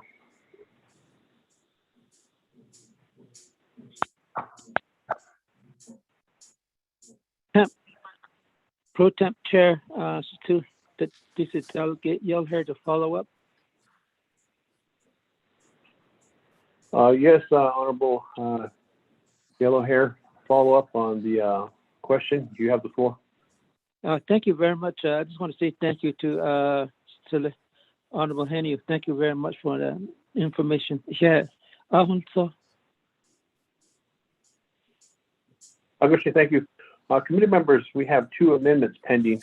I don't know who's going to be sponsoring that amendments, but we need to put that on the floor and go into discussion and vote whether to pass those amendments or either not pass those amendments.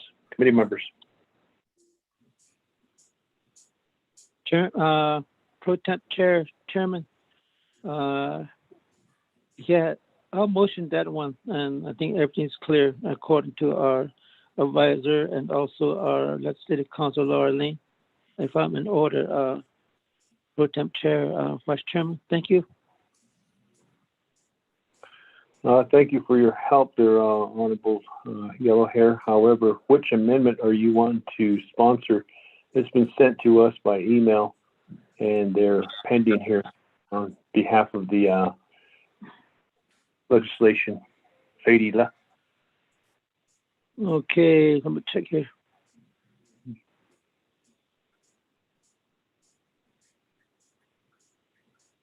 You have the floor, Honorable Yellow Hair, if you're going to be entertaining the amendment for this legislation.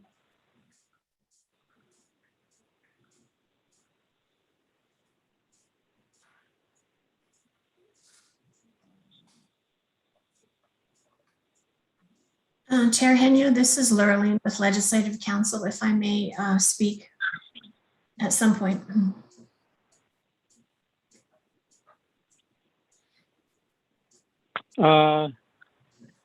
Vice Chairman, I'm looking for that there was amendment once, and I'm going through now, and can I wait on that one?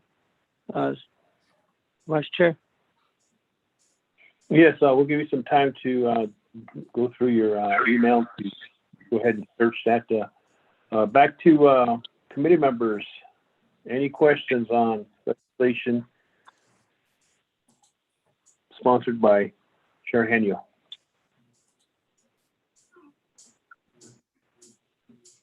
Pro Tem, this is Delegate Crotty.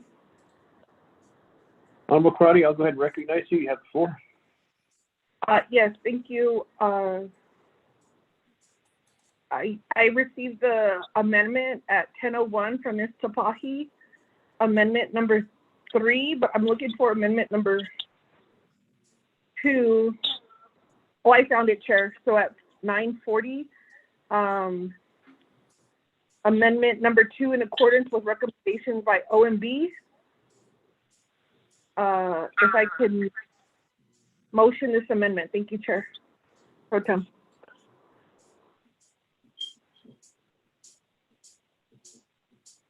Thank you, Honorable Crotty. I'll recognize the motion on that. Peggy, could we have a reading on the motion of Amendment 2?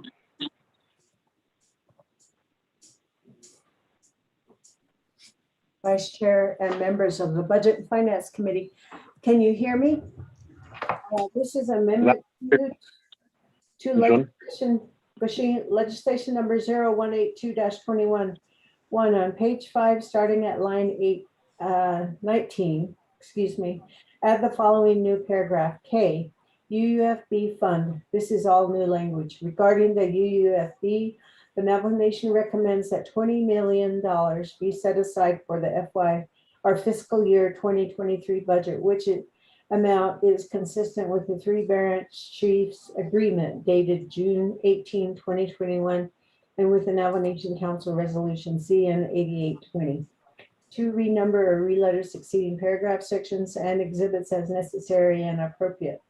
The Office of Legislative Services and the Office of Legislative Counsel will note, with notice to the sponsors of the legislation, are hereby authorized to make technical amendments to legislation as necessary and appropriate to correct grammatical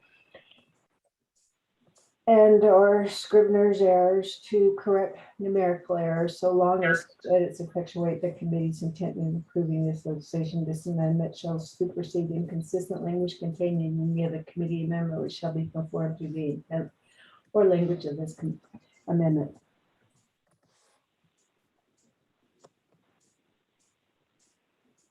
Thank you, Shetta, for reading that in. We have a motion, second, on Amendment 2. Yellow hair. I'll recognize Honorable Yellow Hair as a second. Committee members, any questions on Amendment 2? Pro Tem, this is Delegate Crotty. Honorable Crotty, on Amendment 2, you may have the floor. Thank you, Pro Tem. I'd like to ask Legislative Council, if I'm in order, can I combine Amendment 2 and 3 so that we could just take action and move forward? That would be my question to Legislative Council. Thank you, Pro Tem. Thank you, Honorable Crotty. Therefore, I'll honor that, and I'll turn the floor over to Legislative Council. The question is, Amendment 2 has been read into the record. We have a motion and a second. Motioning is Honorable Crotty, and she'd like to include Amendment 3. Legislative Council, you have the floor. Mr. Chair, so I'm going to combine the amendment number 2 that I sent at 9:40 a.m. with the amendment number 3 that I sent at 10:01 a.m., I believe. And I'll make that into one amendment. Is that what I need to do? I think Amendment 3 was already voted on as is, and it was already approved. So I don't know if it's appropriate to combine that with another amendment at this point.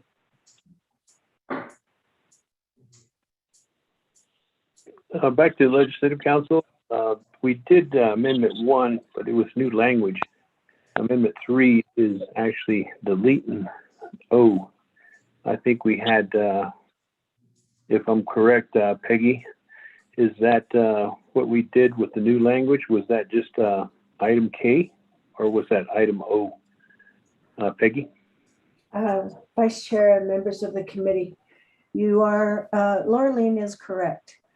The item that says Amendment 3, that's deleting the language on the Land Acquisition Trust Fund, and also the exhibit that pertains to to that land acquisition trust fund, that 241,000 that was going to be used by land department as Exhibit J.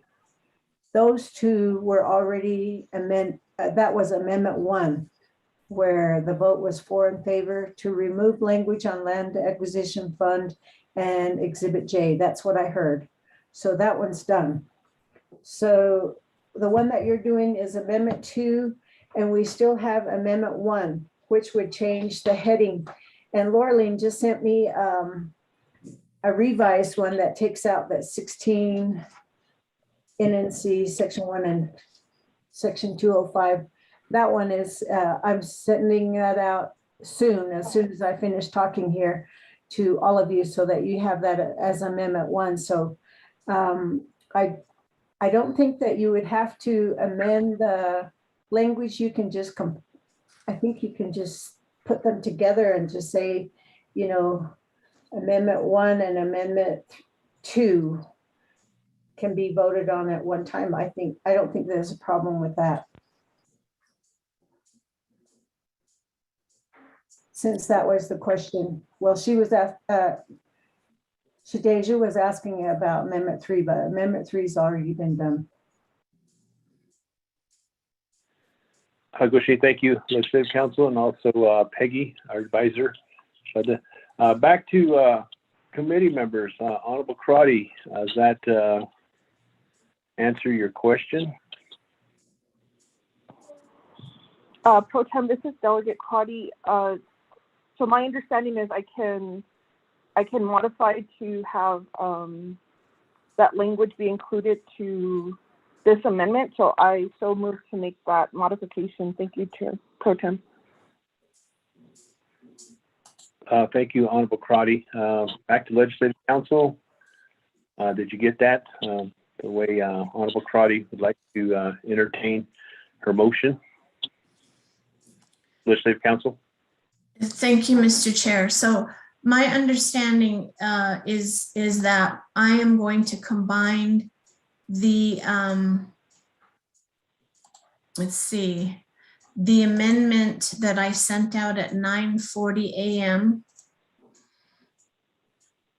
which I believe I called Amendment number 2, regarding the UUFB fund, the $20 million set aside. And then I'm going to combine that with the amendment that I just now sent out that takes out the reference to 16 NNC. I believe that's what I need to do. Please correct me if I'm wrong. Thank you, Legislative Council. Back to Honorable Crotty. You are the motioning party. Is that how you want to entertain your amendment to combine how Legislative Council had presented that? Back to Honorable Crotty. Yes, thank you, Pro Tem. So I hear what's being said. So my intent is just to combine the two. So Amendment 2 is to add language from OMB, and then to modify to include the language to delete the paragraph O regarding the land acquisition trust fund. That's my motion to modify. Thank you, Chair. May I? Thank you, Crotty. We'll go ahead and turn the floor over now to Legislative Council. You have the floor. Thank you very much. Okay, so the amendment to delete paragraph O, which is the waiver of the land acquisition trust fund, and removing Exhibit J, that was already voted on, and that's done. So what I'm sending out right now is I'm calling it combined 2 amendments. This amendment is fixing the title, the bold title language, removing the waiving of Title 16. because paragraph O and Exhibit J are deleted. So that reference to waiving Title 16 in the title does not need to be there. So that's taken out of the amendment. And the OMB recommended amendment of the 20 million set aside for the UUFB. That was its own amendment that I sent out, but now I'm combining those two, and I'm calling it combined two amendments, and I'm sending it right now. Thank you. Well, thank you, Legislative Council. Committee members,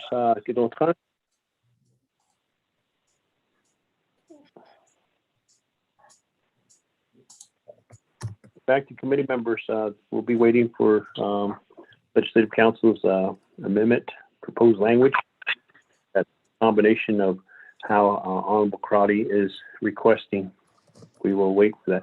In the meantime, is there any other questions on the amendments that are proposed here?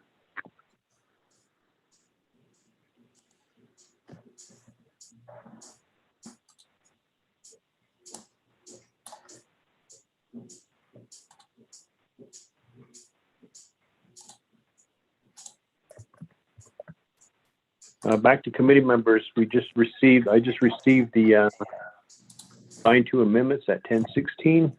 You would look at your email. There is that combination of the two that's being presented. Motion by Honorable Crotty and second by Honorable Jimmy Yellowhair. Committee members, do you have that on hand? Yes, sir. Vice Chairman, this is Delegate Yellowhair. We do have it. Hagushi. Back to committee members on the amendment. This is amendment number 2. Peggy, could you please read this as is so that it'll be on the record on exactly what we're doing here? Thank you, Peggy. Hold on a second, please.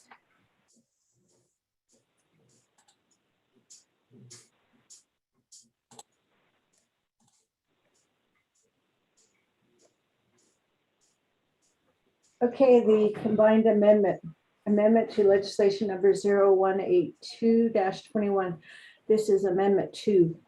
On page 1, lines 15 and 16 make the following changes. Comprehensive budget waiving 12 NNC underscore is 820F, section 820I, section 860, section 840B. Overstricken is 12 NNC sections 2001 at SEEK and resolution number CF 0711.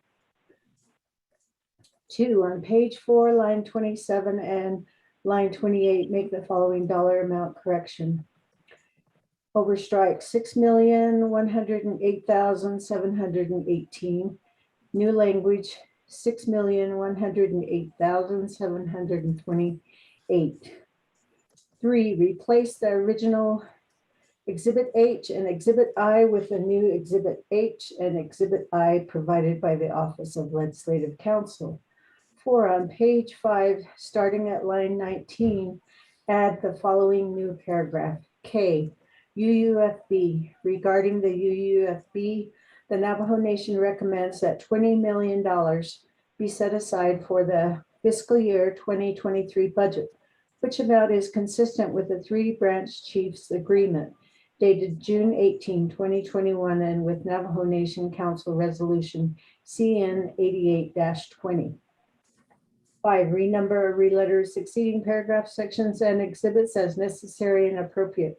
The Office of Legislative Services and the Office of Legislative Counsel, with notice to the sponsors of the legislation, are hereby authorized to make technical edits to this legislation as necessary and appropriate to correct grammatical and or scrivener's errors, to correct numerical errors, so long as each or such edits effectuate the committee's intent in approving this legislation. This amendment shall supersede inconsistent language contained in any other committee amendment which shall be conformed to the intent or language of this amendment. That's it.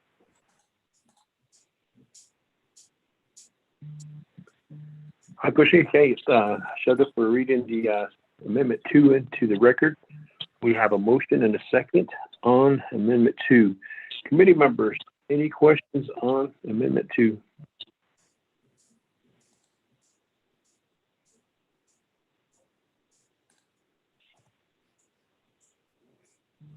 I don't hear any questions pertaining to Amendment 2.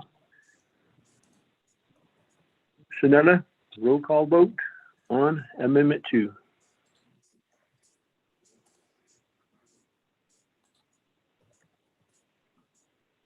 Chair, Vice Chairman, roll call vote for amendment number 2. Honorable Jamie Henyo, how do you vote?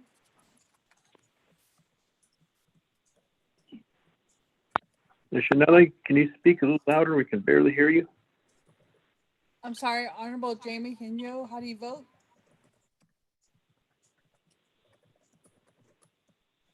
Honorable Jamie Henyo? Honorable Jimmy Yellowhair, how do you vote? How about green? Thank you. Honorable Jimmy Yellowhair votes green. Honorable Amber Kenneth-Bott-Crotty, how do you vote? Shada, this is Delegate Amber Kenneth-Bott-Crotty, and I vote green. Thank you. Thank you, Shadeja. Honorable Amber Kenneth-Bott-Crotty votes green. Honorable Nathaniel Brown, how do you vote? Delegate Brown votes green. Yeah. Thank you. Honorable Nathaniel Brown votes green. Honorable Elmer P. Begay, how do you vote?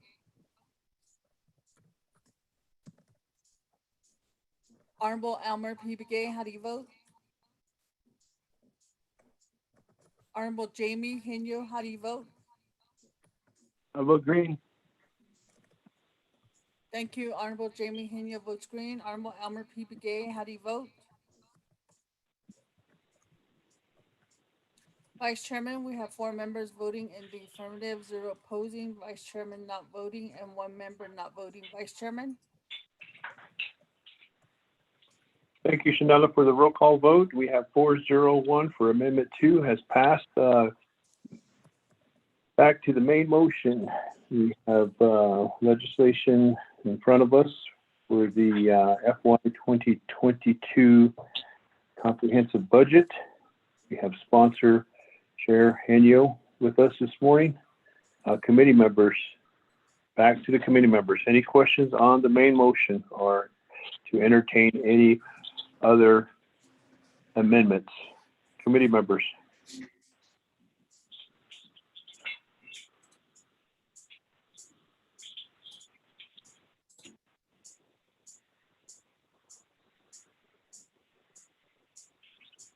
I'm not hearing any. Are we ready to vote for the main motion on this legislation? Committee members. Chair, this is Delegate Brown. Go ahead.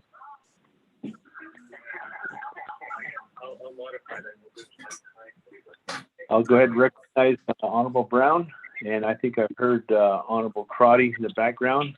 In the queue will be Honorable Brown and also Honorable Crotty. Honorable Brown, you have the floor.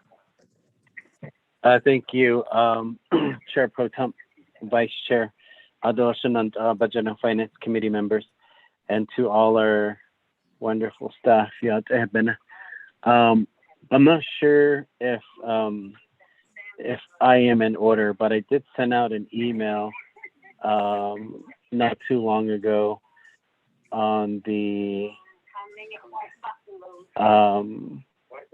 about the unmet needs that we have set aside. I'm looking at for business number 113014, which is dual text for to the city, and these are for senior citizen vans. So the total, which was divvied up with the committee members, was $438,479. So what I wanted to know was, I've been working on this and it's moving pretty slowly. I wanted to know if it's possible to allocate 15,000 of that to the Nebazod Scholarship Fund. And that would be to our Navajo senior class who passed the Navajo language proficiency exam. And we don't give them any type of funding for their higher education when they devoted their whole life to learning the Nebazod, picking it up, understanding, and also speaking, reading, and they have done that. So what would be the process for that? I know I did ask Shema, Ms. Nakai, about this, and I will be working on a legislation that was her recommendation. But I know the need is there. Our 3 students who graduated high school, who earned this very prestigious, the Nebazod, as a Navajo Nation, and with the support from the Nebazod subcommittee of the Navajo Nation Council, we encourage our youth to and all our people continue to learn. And I think this is a start of a great way to incentivize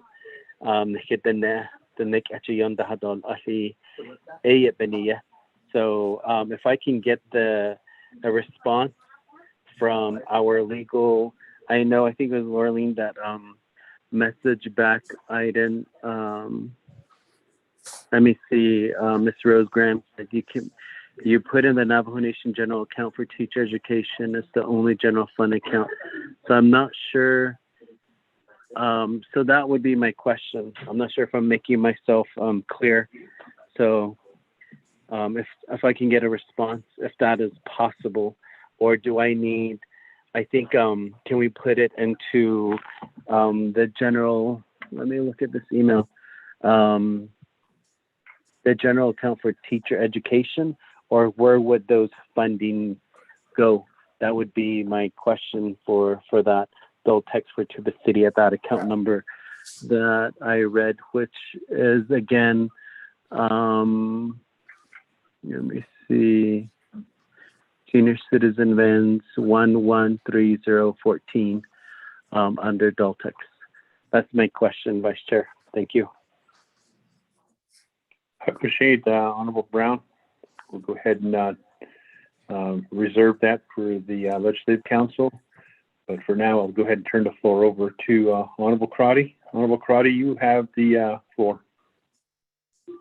Yes, thank you, Pro Tem. I wanted to follow up and see if OMB had the opportunity to review the Human Rights Commission's budget for fixed costs, and if we could move forward with that amendment. Thank you, Pro Tem. My second question is there's still permanent trust fund interest surplus, and if I'm hearing Delegate Brown, it appears that he's requesting allocation of funding. So are we going to provide that opportunity to the committee to allocate those funding? Thank you, Pro Tem Chair. Thank you, Honorable Crotty. Go ahead and turn those questions over to the sponsor of this legislation, and he will provide those questions or those answers for those questions. Honorable Chair Henio, you have the floor. Again, last night, Vice Chair Smith asked a question regarding the unmet needs for the Nebazod. And as we at Budget and Finance Committee last couple weeks ago, we went through the process of looking at the unmet needs listing, and then from there, each of the committee members had the opportunity to allocate funding for different budget units, business units, and therefore, with Delegate Nathaniel Brown's request, where he put some of his allocation from Westfield Daltex to Nebazod, we would need to modify Exhibit G of this legislation. Also to give the business unit number to Office of Management and Budget. I believe Ms. Jim would be put this together, and she would, if that request is made to OMB, they would redo Exhibit G, and that would be an amendment that needs to be taken from Delegate Nathaniel Brown to make that change to the legislation, and then we can move forward on that. As far as the this question also would also be best answered by Office of Management and Budget, Mr. Biel. If I missed anything or if I'm totally off the mark, you can correct me. As for the question regarding human rights and the surplus and the permanent income, Mr. Biel, if you could provide a response to also, Mr. Dominic Biel, I turn the floor over to you.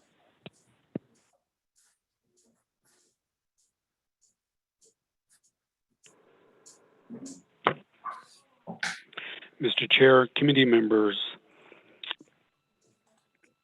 as I understand the request from Delegate Brown is to take $15,000 from the Deltex Tuba City vans.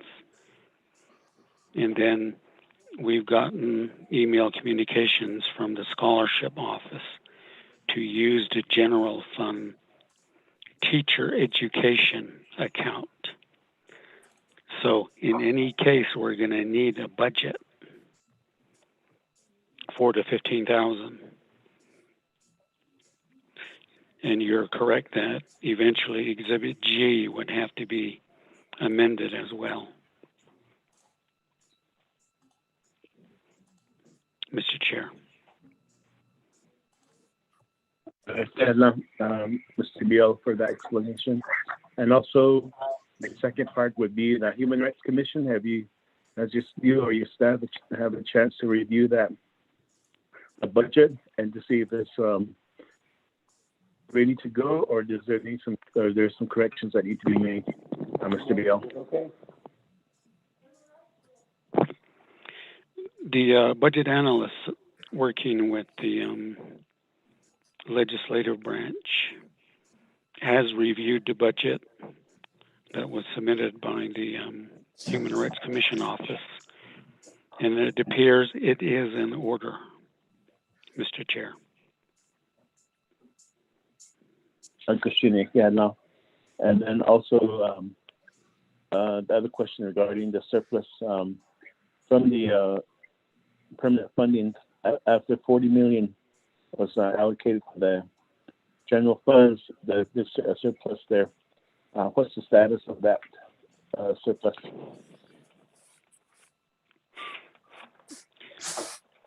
Mr. Chair, committee members,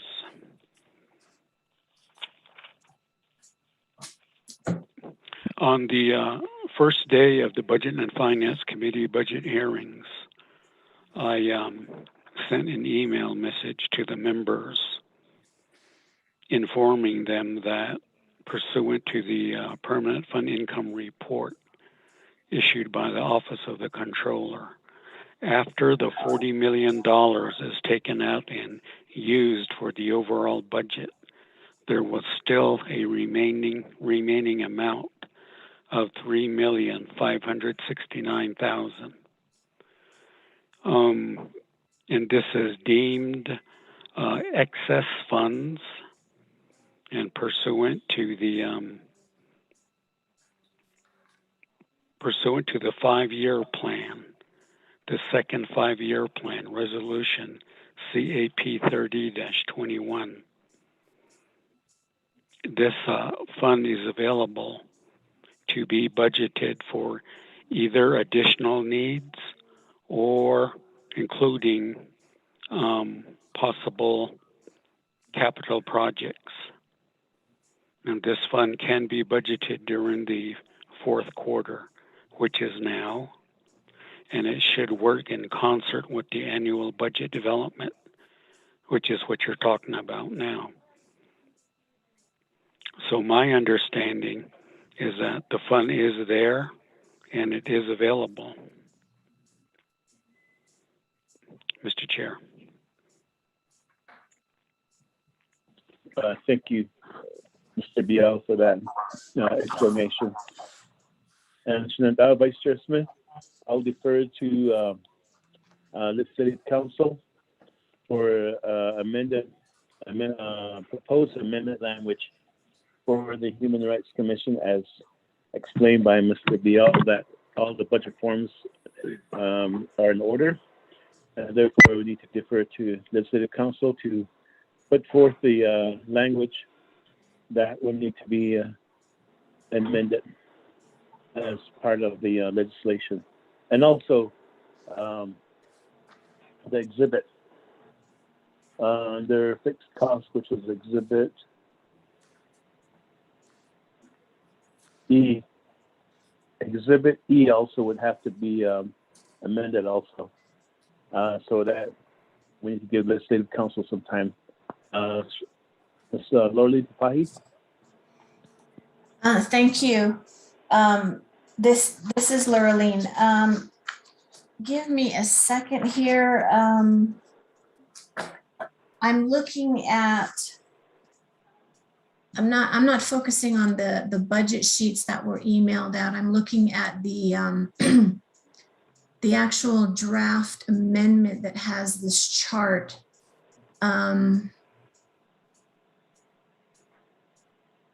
So I'm assuming, I guess maybe I should ask Mr. Brial, if Mr. Brial has seen this draft amendment, and there's a table with three columns, and I'm asking if that can be put into a separate exhibit, or will the dollar amounts just be adjusted on existing exhibits for that?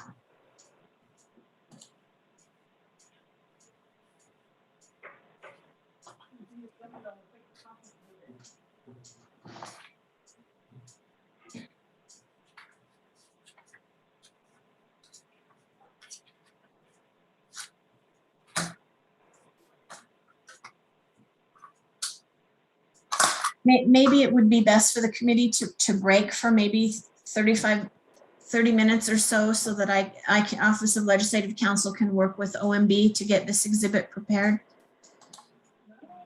this amendment prepared. How much time would you need, Mr. Pahi?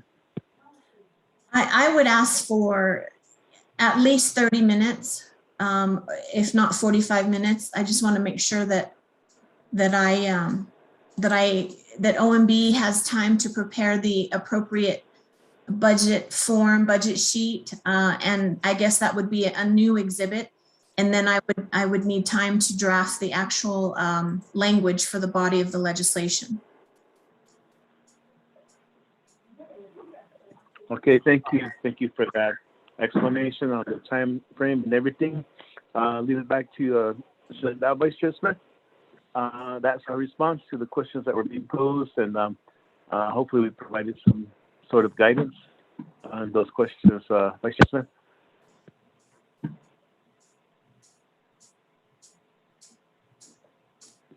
Yes, thank you, Chair Henio, and your response back to committee members.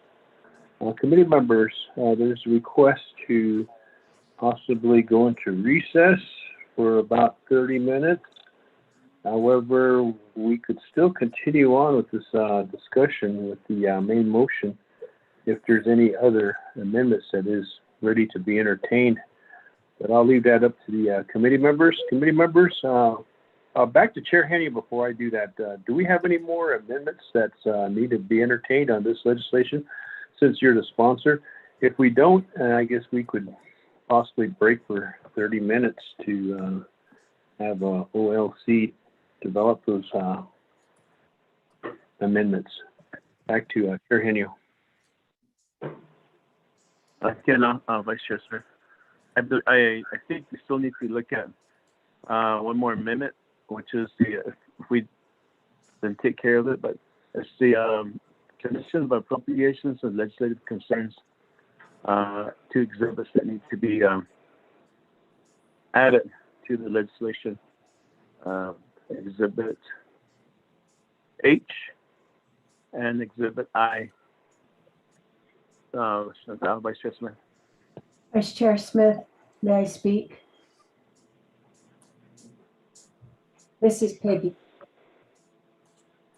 Chair Henio, I understand that there's a need to have amendments for Exhibit H and I, and those could be entertained as we wait for OLC to develop that language. I will take that into consideration for now. Peggy, Shudda, you have the floor for now. Thank you. This is in response to what Chair Hinio just stated.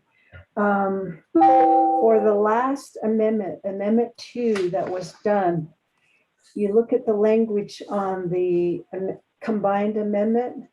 Number 3, replace the original Exhibit H and Exhibit I with the new Exhibit H and Exhibit I provided by the Office of Legislative Counsel.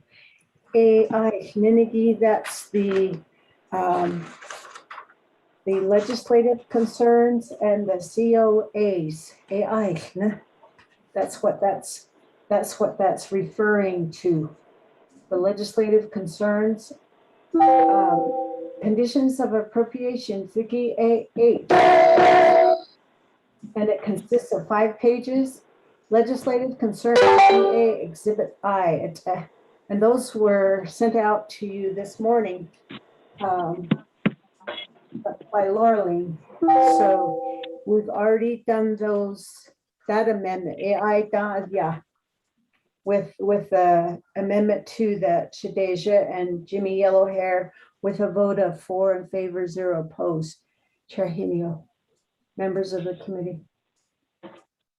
Thank you, Vice Chair Peggy. When was that sent out, the exhibits, the ones that were supposed to be replacing the original with the new ones? What time was that sent out? I didn't see that. I know that we did pass the Amendment 2, and it does exactly say what you have just provided. For the record, where was that? When was that sent? Thank you. On a second, and I'm looking. Hold on.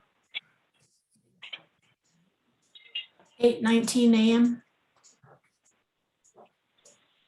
Thank you, Laureline. It was 8:19 a.m.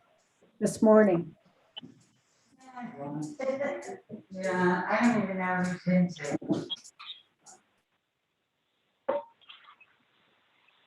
Hagushi, thank you. Committee members and Honorable Chair Henya, the sponsor, these were sent out at 8:19 a.m. and it was passed with the Amendment 2 with a 4-0-1. So Exhibit H and I are now part of this legislation, Chair Henyo.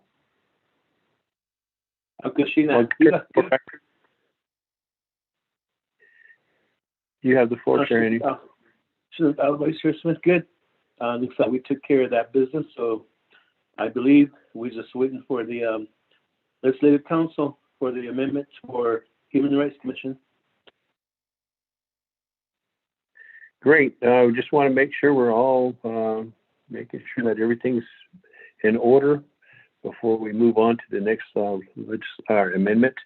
Therefore, we're waiting for OLC to provide that. Committee members, 30-minute recess is requested. And do I hear someone wanting to speak? Vice Chair, yellow hair too. Please, one at a time. It gets kind of confusing when I hear everybody jumping on. Please, let's try this again. Who wants to speak first? This is Delegate Brown. Okay, I think I heard also in the background Honorable Crotty and also Honorable Yellowhair. I'll put you guys in the queue. First will be Honorable Brown, Honorable Yellowhair, and then Honorable Crotty. Honorable Brown, you have the floor. Yeah, thank you, Vice Chair. My apologies. I'm not sure when other colleagues are going to speak up, so I think we are all trying our best. But thank you.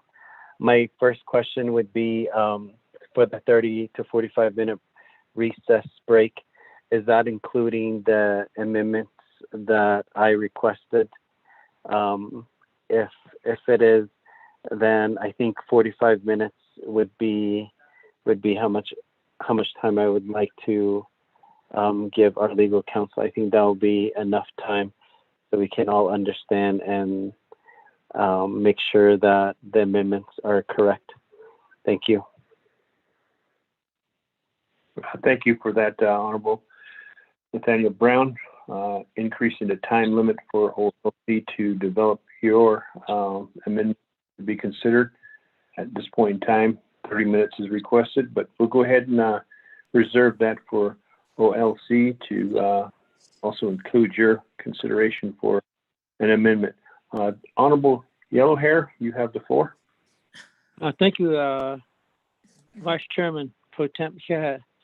I'm in line with the Honorable Brown Shahad. We should also take a break now, being the committee members. That's my my request. Vice Chairman, take a break too. Shahad. Well, thank you, Chiche. Honorable Yellow Hair, Agushi. Honorable Chairwoman Crotty, you have the floor. Yes, thank you, Pro Tem. I appreciate the move for recess, and I support that.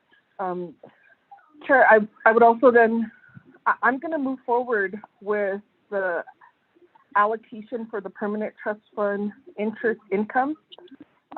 What I just need recommendations from this committee as I move forward with the amendment is, does the committee want to split this amount among the 5 agencies, so to support agency needs, or does the committee feel that we should split it among the 24 delegates and have them identify unmet needs? I think that I'll just need to know some direction from the committee, because then it's a difference in how much is available. So I would need to know if we could get that feedback, because I'll be working on that amendment. Thank you, Pro Tem. Thank you, Honorable Crotty, for that recommendation. This is the permanent trust fund income. Do you have a figure? And I'm sure that you have a figure with you. And the question is to the committee members, what would their prerogative be to either break it up into the 5 agencies or split it up among the 24 delegation across the Navajo Nation? I'll turn the floor back over to Chair Henyo. Chair Henyo, there's a request from Honorable Brown for Office of Legislative Counsel to possibly include his amendment and give him additional time. And you have floor, Chair Henyo. Vice Chair Smith, for the questions response again. As we heard earlier from Office of Management and Budget, they need a budget for this amendment from Delegate Nathaniel Brown regarding the 15,000.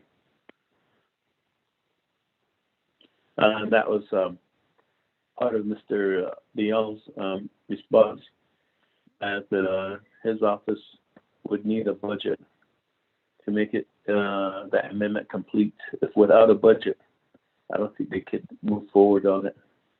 And so that's just one request that I heard from Mr. Biel. I might be wrong, but I'll defer back to Mr. Biel to see if that is what the office needs. As far as the question regarding the surplus of the permanent fund and how to allocate it, earlier stated by Mr. Dial, there are 2 areas. One is unmet needs, or it could be used for capital projects. And I think that from my point of view, we should leave it for capital projects. And but then there's 3 million plus. That's for projects. What project we need for that amount of money? But if we decide to move forward and allocate it out, this I'm just thinking down the road that it might be a target for veto from President Nick also too. So that's just uncertainty I'm just thinking about what happened last year. But as far as allocating for unmet needs, I believe Mr. Biel would need a budget for those unmet needs too, if I'm right. But I'll leave it up to Mr. Biel to respond to that part also too. As far as the length of the break again, I believe as Tapahi stated, about 45 minutes would be good.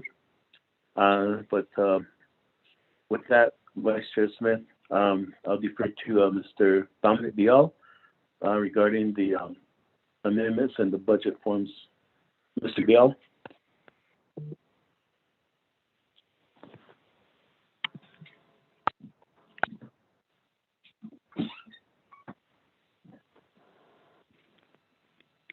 Mr. Chair, committee members, replying to the questions on the, first of all, the $15,000 for a new scholarship fund of some sort. We would need a budget for that. Now, the Exhibit E could be amended. However, eventually we're going to need the budget very soon. If the Budget and Finance Committee enacts this amendment, then we would need the budget to follow it. Because in the big budget book, once we prepare that after you're done today, we would need to know where those funds are going, what object codes, so on and so forth. So that's the reason for the budget. Now, I'm hearing from DOTI, Department of Education, that they're already looking into this to see how to best do it, but it's not clear as yet. Now, the second part of the question on the $3.5 million for the permanent fund income. At this point, it appears it would be difficult for B&F committee to earmark specific projects for either unmet needs or capital projects. Chair Henio mentioned capital projects. The capital projects, if that's going to be the direction, it's going to take DCD again some time to work on a good exhibit, if that's what it would be, on what would be viable, as we say, shovel-ready projects, so on and so forth. So maybe the suggestion I would have at this point is language could be crafted for the legislation that will simply, for now, set aside the $3.5 million, and with if the choice is capital projects, then for DCD to provide that information during the upcoming either an OBBY committee or during the council session. Mr. Chair, that's the best suggestion I have at this point. Thank you. Mr. Biel, thank you for that response. And also, Mr. Pai, do you have anything to add?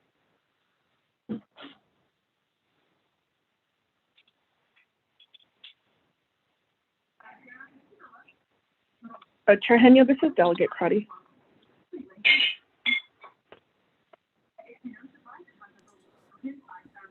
I just need enough time to work with OMB. Thank you.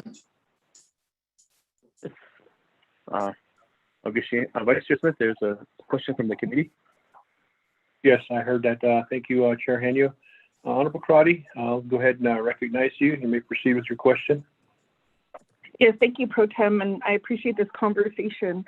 So with the remaining amount of the $3,569,000 and permanent trust fund interest, I appreciate all those considerations. A suggestion is this committee can, instead of going budget by budget, to reallocate, because there is the capital outlay match fund, and that is used for chapter capital projects. This this committee can recommend those additional dollars be put into that fund. And at a later date, we can request from Department of Community Development how they plan to utilize, or what is the unmet need, the comprehensive unmet need of the capital outlay projects, because we are waiving the CIP, or yes, we're waiving that 5-year plan. So we would need to get updates from community development. I think that would be the easiest way, and I'd leave it up to the committee. But I do believe we should try to allocate this funding to help support those projects that are short funded and are not moving forward because they need additional dollars. Thank you, Pro Tem. Well, thank you for that, Honorable Karate. Honorable Karate, could you, Pro Tem for now, I got a question too I'd like to pose, or comment I'd like to make. You have the gavel. Gavel received, thank you. Mine is like more of a Thor hammer, but go ahead, Pro Tem. Okay. Thunder among us. Thank you very much. Honorable committee members of the Budget and Finance Committee, the 3.5 million, that is more like a drop in the bucket if we divide that up into capital projects. You know well that projects are up there over $1 million, and it's something that is well thought out. Yes, I agree that capital projects need to be funded. However, I heard OMB saying that get it ready for NABI and also Navajo Nation Council through CPMD, I think it is, he said, through Mr. Bial, or DCD rather, the language would be set aside 3.5 million. My concern to that is, I have a bone to pick with OMB and OOC. If we're gonna be doing this and waiting for business unit numbers, because these are gonna be business unit numbers that are gonna be out there waiting to fund these projects. And it's like pulling teeth. I'm gonna bring up a fact that Wide Ridge chapter has allocated $120,000. It's been over a year, and they keep kicking it around. And we go down there, we try to ask what's going on. They point the fingers back to OOC, and OOC says, well, we need this, and OMB says, oh, we need that. And it's just like watching tennis, but you can't participate. And you feel like you're the ball guy. When it fouls, you have to run out there and grab it and then throw it back in there so they can continue that game. That needs to be put to a stop. I'm wondering when they're going to give me a business unit number. I'm in favor of utilizing the 3.5 million. And we have dollars that are just in a gridlock. You see the Permanent Trust Fund. You see the funds that Citizen has. You see the projects that are there. They're all gridlock. And is that the reason why? Is because we can't get a business unit number? The chapters are also waiting for that. They're waiting for a business unit number. That's the only thing they're waiting on. And I know that's a big problem across the Navajo Nation, Chair Henyo and the Budget and Finance Committee members. Where are the oversight for those dollars? Maybe we should put a condition of appropriation in that. Maybe we should do a legislative concern also on that in order to get these things going, because our people really need these things. They're patiently waiting. And Wide Ruins has finally got the big dollars to move, but we just can't get that business unit number, get that right away. So I just wanted to make that known. If we do divvy up that 3.5 million, I'm hoping that this doesn't happen. I'm hoping that we can get this thing moving forward and fast. And I'm hoping the executive is listening. The OPV. They had planning meetings and email.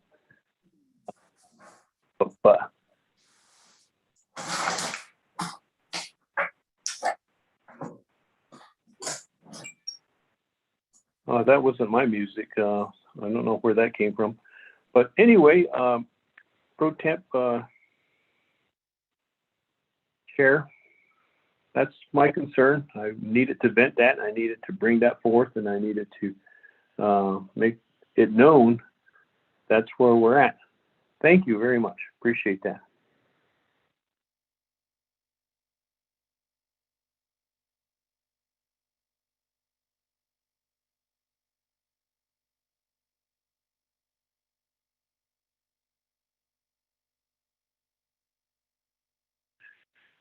Am I muted?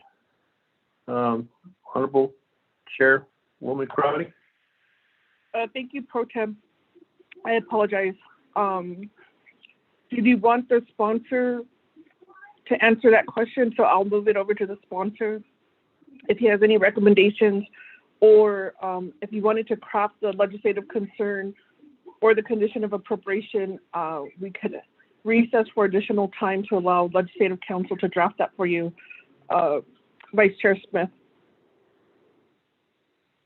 Thank you. I think I'll do that, legislative concern pertaining to the business unit numbers. That's getting out of hand because we're just waiting and constantly waiting. Like I said earlier, Pro Temp Chairwoman, we had funded the money and it's just waiting for a business unit number. I even sent an email out to Jason John. He says, well, we're waiting for more documents. I don't know how much more documents they need. And this is getting to the point where who's who? Like asking that question, who's on first?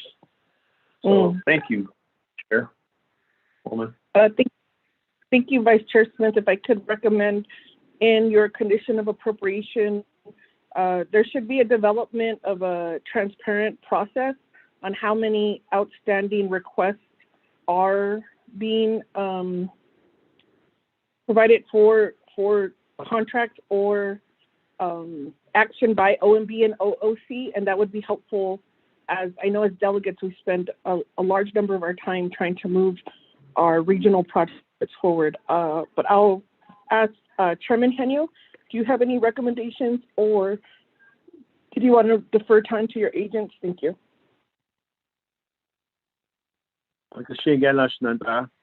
Pro Tem Chair and Vice Chair Smith, for your concern that you have, and it goes back to, like you stated earlier, who's on first, what's on second, and I don't know who's on third. It goes around and around. And so with that, Ms. Tapahi now has two items, possibly three amendments that to work on, and hopefully I'm hoping that Ms. Warbuff is also listening, or somebody from the Office of Legislative Counsel is listening to help Ms. Tapahi with these proposed amendments. Again, Vice Chair Smith, I believe that would be a legislative concern, or even a legislative concern that we would need to put forth. And I'm sure there are other delegates beyond Budget and Finance Committee that have the same issues when it comes to setting up business unit numbers too also. So this, Mr. Pahi, you asked for 45 minutes for the Human Rights Commission amendment, but then there possibly might be two more with Delegate Brown, and also with legislative concern with Vice Chair Smith. So, Mr. Tapahi, I will give you time to determine how much time you would need for the recess. Thank you. This is Lurleen. I don't know if you saw the email from Ms. Bobroff. We really need about an hour and a half. In her email, she's requesting an hour and 30 minutes, please. Vice Chair Smith, just to be on the safe side, I would recommend 2 hours. 2 hours of leave, annual leave. Sorry, 2 hours of recess. Pro Tem Chair Smith, Delegate Amber Canals-Lacrani. Yes, thank you, Chair Henyo. I forgot I was pro-temping too. Yes, if we could recess for 2 hours, so it's 11:05 our time. We'll come back at 1 p.m. And seeing that Vice Chair will be sponsoring an amendment, if need be, I could continue to pro tem. Speaker, please send all of your documents to Legislative Council, budget forms. They'll need to be reviewed by OMB. And I am also going to make that amendment to move that permanent trust fund interest income to the capital outlay fund. I think that's where, that's the fund we use when there's a shortfall to make sure these programs or the projects can move forward. So thank you, Chair. I'll work with Dr. Yellowman on that. Committee members, are there any other questions before we go into recess? Shadeja, I have a question, please. Yes, Ms. Nakai. Okay, just for clarification then, the item that Shiaj Delegate Brown requested, there's an amendment for that one already. And that's just to replace the original Exhibit G that's going to be provided by the OMB. So the language for that one is written. So then the other two items that are being requested is the PTF language and also the, all of a sudden I just can't think now. And the other item that was requested was regarding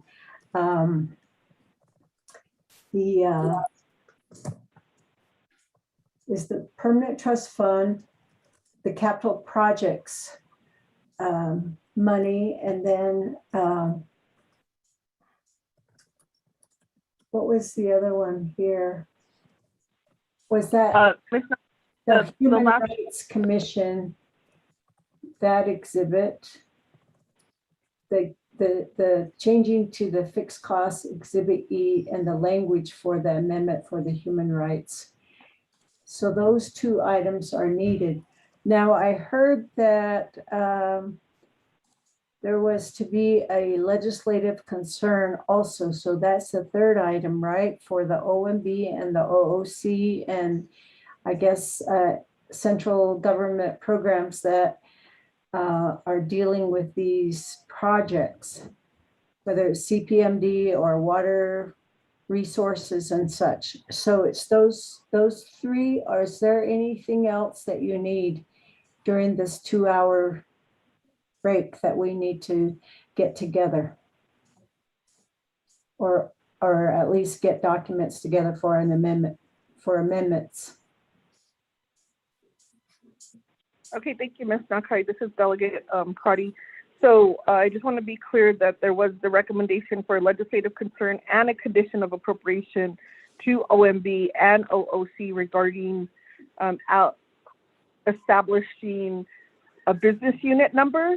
And we would need to get clarification. It's my understanding that's what OOC does, Office of the Controller, but that's contingent on OMB. And so they would need to help Vice Chair Smith understand the role and so that we could, the role of each of those entities so that we can develop the legislative concern and condition of appropriation. Vice Chair Smith, was that the intent or the essence of your concern that you wanted to be developed? Thank you, Pro Temp Chairwoman. Yes, exactly. Put it in very good perspective, and that's what I'm requesting. Thank you. Thank you, Vice Chair Smith. So Ms. Nakai and Ms. Tapaki, do you have any questions before we go on recess? Thank you. This is Lurleen. I have actually four, I believe. One is the taking $15,000 out of the Daltex Tuba City line item in Exhibit G. And I did email out I did send an email to the committee saying that if the dollar amount, the total dollar amount at the bottom of Exhibit G will not change, then we don't need to change the body of the legislation. We just need to switch out the original Exhibit G with a revised Exhibit G. And so that's one. And then I have 3 more, which is the Human Rights Commission amendments. And I'm asking OMB to help me with that.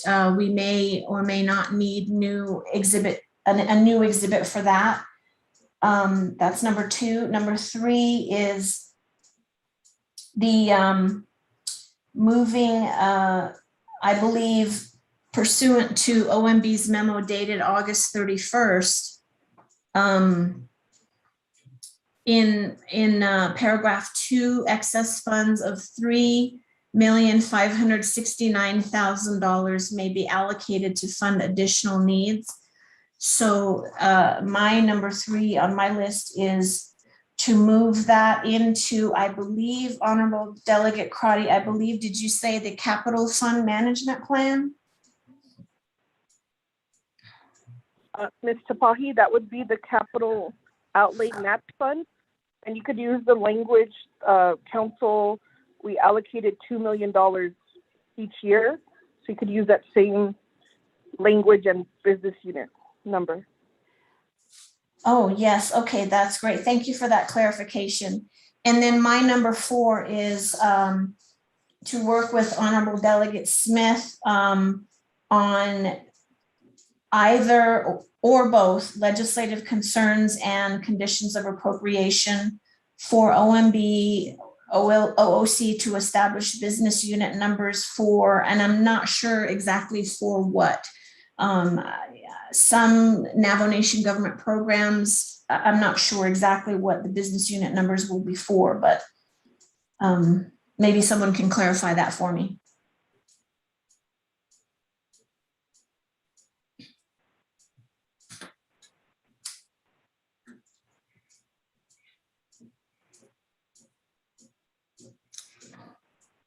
Yes, Chairwoman.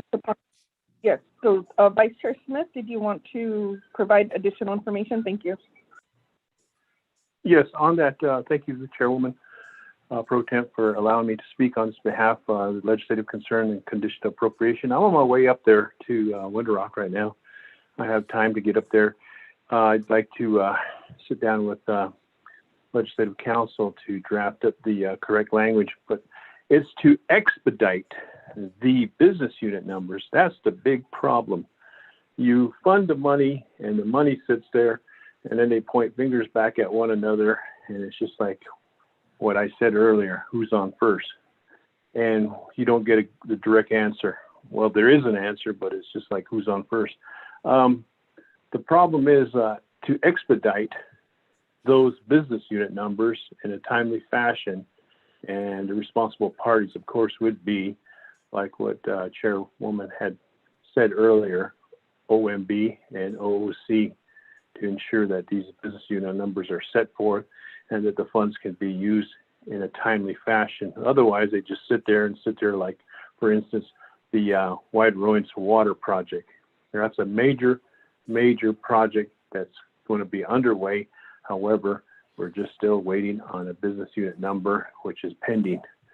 I'd like to make that known to OLC that's what I'm going to do. But I'll be there in about 35 minutes to be there. Thank you, Chairwoman. If I may, Vice Chair, Ms. Tapahi, did you have a follow-up question? Yes, please. May I suggest that it seems like a very simple sentence, a very simple thing. May I suggest that this be added, that Honorable Delegate Smith's concern about the business unit numbers be added as a directive in the body of the legislation rather than as a condition of appropriation or legislative concern? That's just a suggestion. I think it would be most appropriate there, but that's just a suggestion. Thank you. Thank you, Mr. Pahi. Vice Chair Smith will be up there in about 35 minutes. Is there anything you wanted to add, Vice Chair?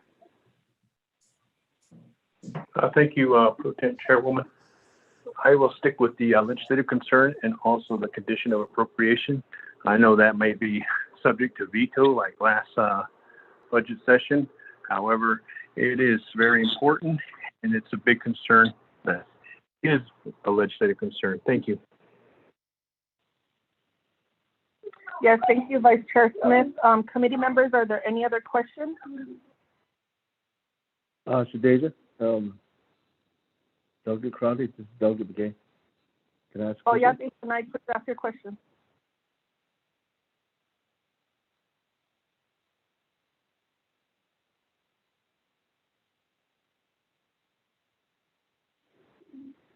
Delegate Begay, please ask your question. Are you on mute? Okay, yeah. Shadeja, thank you for allowing me to speak. Other committee members, and then also the Laureline from Legislative Council. I'm not sure if Division of Community Development is on the line, but I'm pretty sure that OMB can help me out too. Shadeja, I wanted to know that if we could, the last Friday we had a meeting and we requested the Division of Community Development to provide some numbers on certified chapters.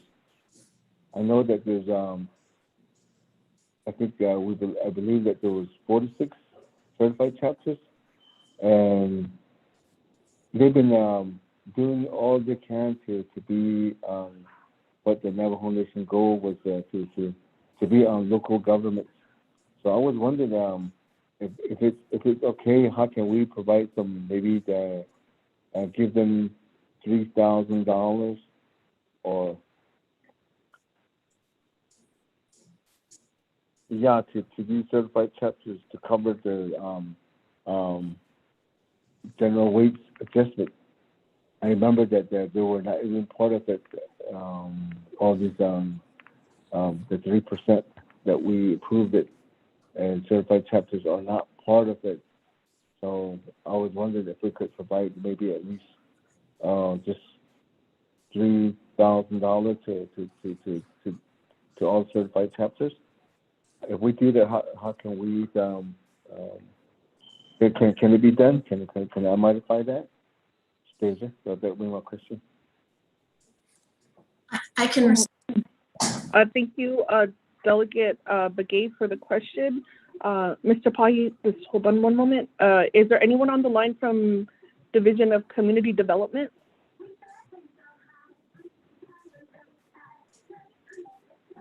Okay, not hearing any. I am pulling up my document. It's labeled on my end, DOC 513, and it's a PDF. This was sent out to the committee by Ms. Linda Uvella, and it's the breakdown of the funding to the 110 chapters. And so we can identify how many certified chapters did not receive the GWA. I think we would need that number. But Mr. Pahi, please, did you have a question? Yes, thank you, Madam Chair. I just wanted to point out to Honorable Delegate Begay, in the legislative concern Exhibit I, the replacement one, the final, on page 5, at the very top of page 5 of the legislative concerns that were sent out, I believe at 8:19 a.m. this morning, and I can resend if necessary. It does say under Division of Community Development as a legislative concern, it says, DCD should prepare a report explaining how local governance certified chapters can receive a 3% general wage adjustment for their chapter employees, calculated as 3% of each chapter's average employee wage / salary. DCD should provide a report regarding this task, both verbally and in writing, to the Resources and Development Committee and Budget and Finance Committee by the end of second quarter FY 2022. So I just wanted to point that out. That may or may not take care of his concern regarding this. And then if I could, Madam Chair, you said that you received an email from Linda Uvella. I have not seen that. If you could forward that to me, I would appreciate it. Thank you.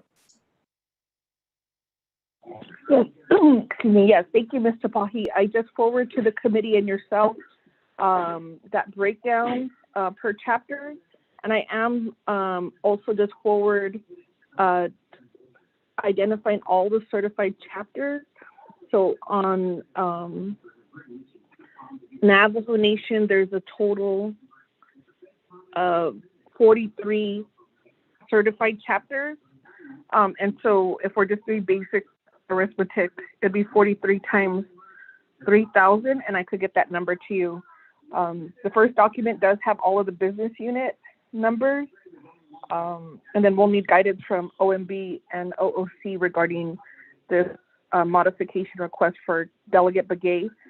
And I know that Delegate Yellowhair asked a similar question last week.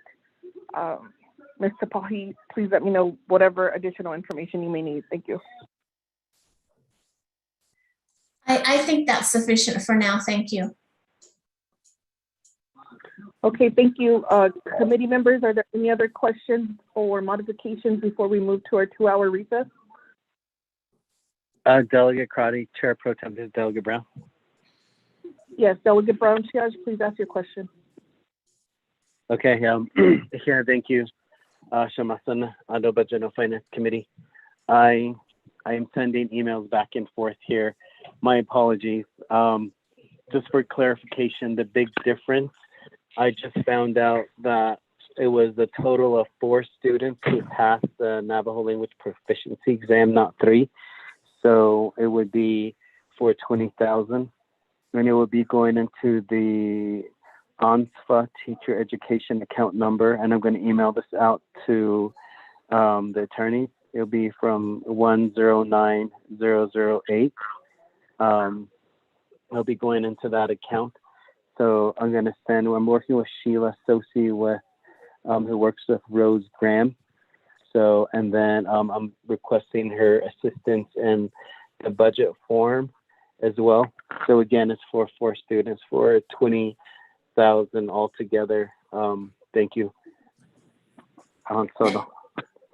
May I ask a question, Madam Chair? Yes, thank you, Delegate Brown. Ms. Tapahi, your question? Thank you. Honorable Delegate Brown, so I just for clarification, is that $20,000 coming out of the amount in Exhibit G, the Daltex Tuba City Senior Citizens Band? Thank you, Ms. Tapahi. Delegate Brown? Yes, that is correct. That's from Exhibit G, Business Unit 113014. Okay, so I'm just going to ask. Ms. Tapahi, did you have a follow-up question? Yes, I'm sorry. Okay, so what I will do is ask OMB to prepare a revised Exhibit G, and then all that's necessary is to pull out the original G and replace it with the new G. There's no need to amend any language in the body of the legislation for this, as long as that dollar amount at the bottom of G stays the same.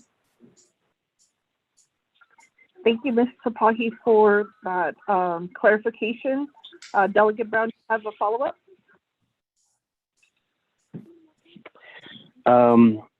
No, I'll send the email as well in writing. Thank you. Thank you, Delegate Brown. Committee members, are there any other? Go ahead, Delegate Brown.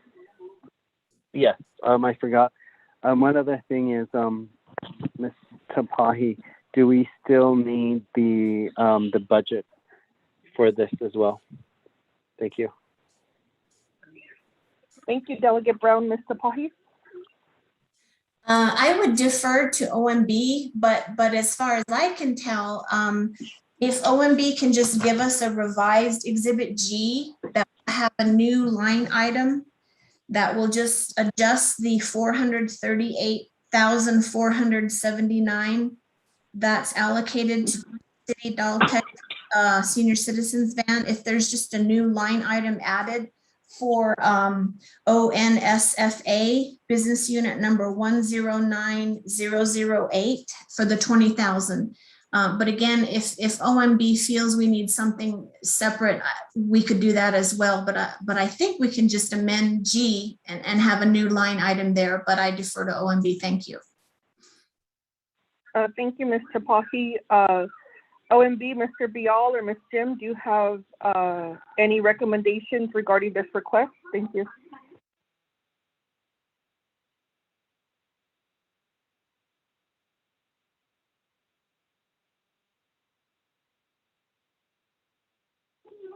Mr. Bial, are you on the call?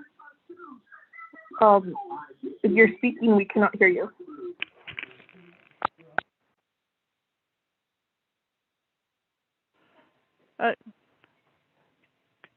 Good afternoon, Delegate Crotty. This is Lisa Jim with OMB. Oh, yeah, good morning, good afternoon, Ms. Jim. Were you able to hear the question from Ms. Tapahi, Legislative Counsel? Yes, OMB is recommending a budget, but we can discuss it with her during the 2-hour break on Bacrati.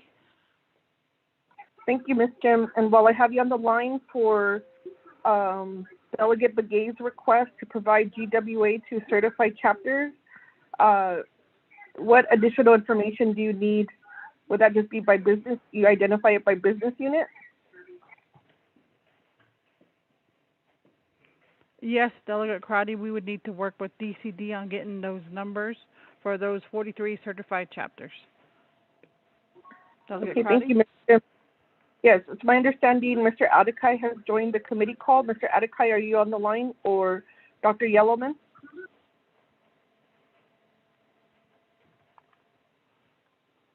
Yes, I'm on the call. This is James Adekai from DCD. Oh, yeah, because she has, Delegate Elmer Begay has requested a $3,000 to help the certified chapters with their GWA, since that was not included in the original allocation. Are you able to provide those business units to OMB and Legislative Council? We're going to go on recess for 2 hours, and they're going to draft the amendment. Yes, certainly we can do that, Honorable Delegate Crotty. Yeah, we'll go ahead and provide information on the business unit. Delegate Crotty. Dr. Yellowman, you have the floor. Oh, yeah, Otto, Nana, good morning, Budget and Finance Committee. Thank you, James. We do have staff on the call. Mr. Lydell Davis and ASC were able to generate some numbers and receive information back from the chapters. Who could Lydell email or communicate with so that we can complete this while you're on break? Thank you for the question, Dr. Yellowman. What I want to clarify, this funding is, if you don't have the memo from Mr. Bial, we can forward, Ms. Nakai, if you can forward to the DCD team. There's a permanent trust fund interest of $3,569,000. So the original amendment was to allocate that to the capital outlay match fund to help with any shortfall of funds. From that discussion, Delegate Elmer P. Begay requested a modification to assist the certified chapters with $3,000 for their GWA. And so we would also need that information provided. So that would be to Ms. Tapahi, Mr. Bial, Ms. Jim, and I'm gonna,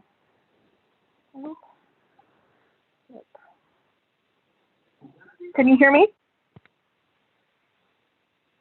Yes. Yes, we can hear you.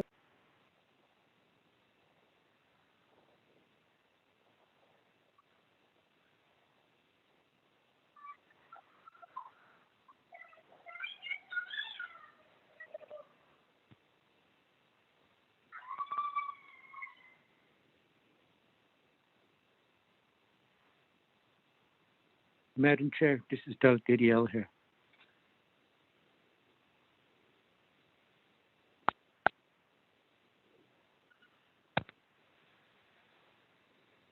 Shadeja, did we lose your call? Are you still on the call with us?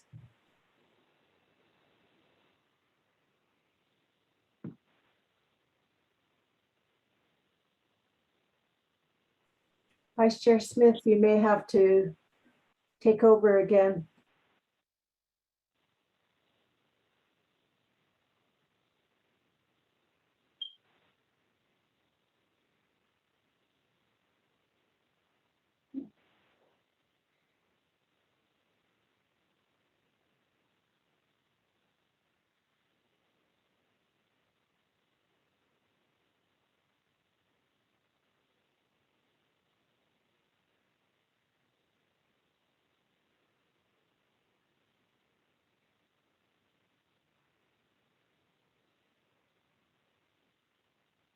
I apologize, committee members. This is Delegate Crotty. My call dropped. Are you able to hear me? Oh, yeah, we can hear you. Yes, I apologize. So, Dr. Yellowman, I was just trying to give you an overview of, and the last item was Delegate Elmer P. Begay's $3,000 for each of the 46 or 43 certified chapters for their GWA. I just got confirmation that there's 45 certified chapters, so we'll make that change. And so that's the request, and the remaining amount would go into the capital outlay match fund to assist with projects that have a shortfall. Ms. Tapahi, can you please provide recommendation to Department of Community Development who they should submit their documents to assist with the amendment? Thank you. Thank you, Madam Chair.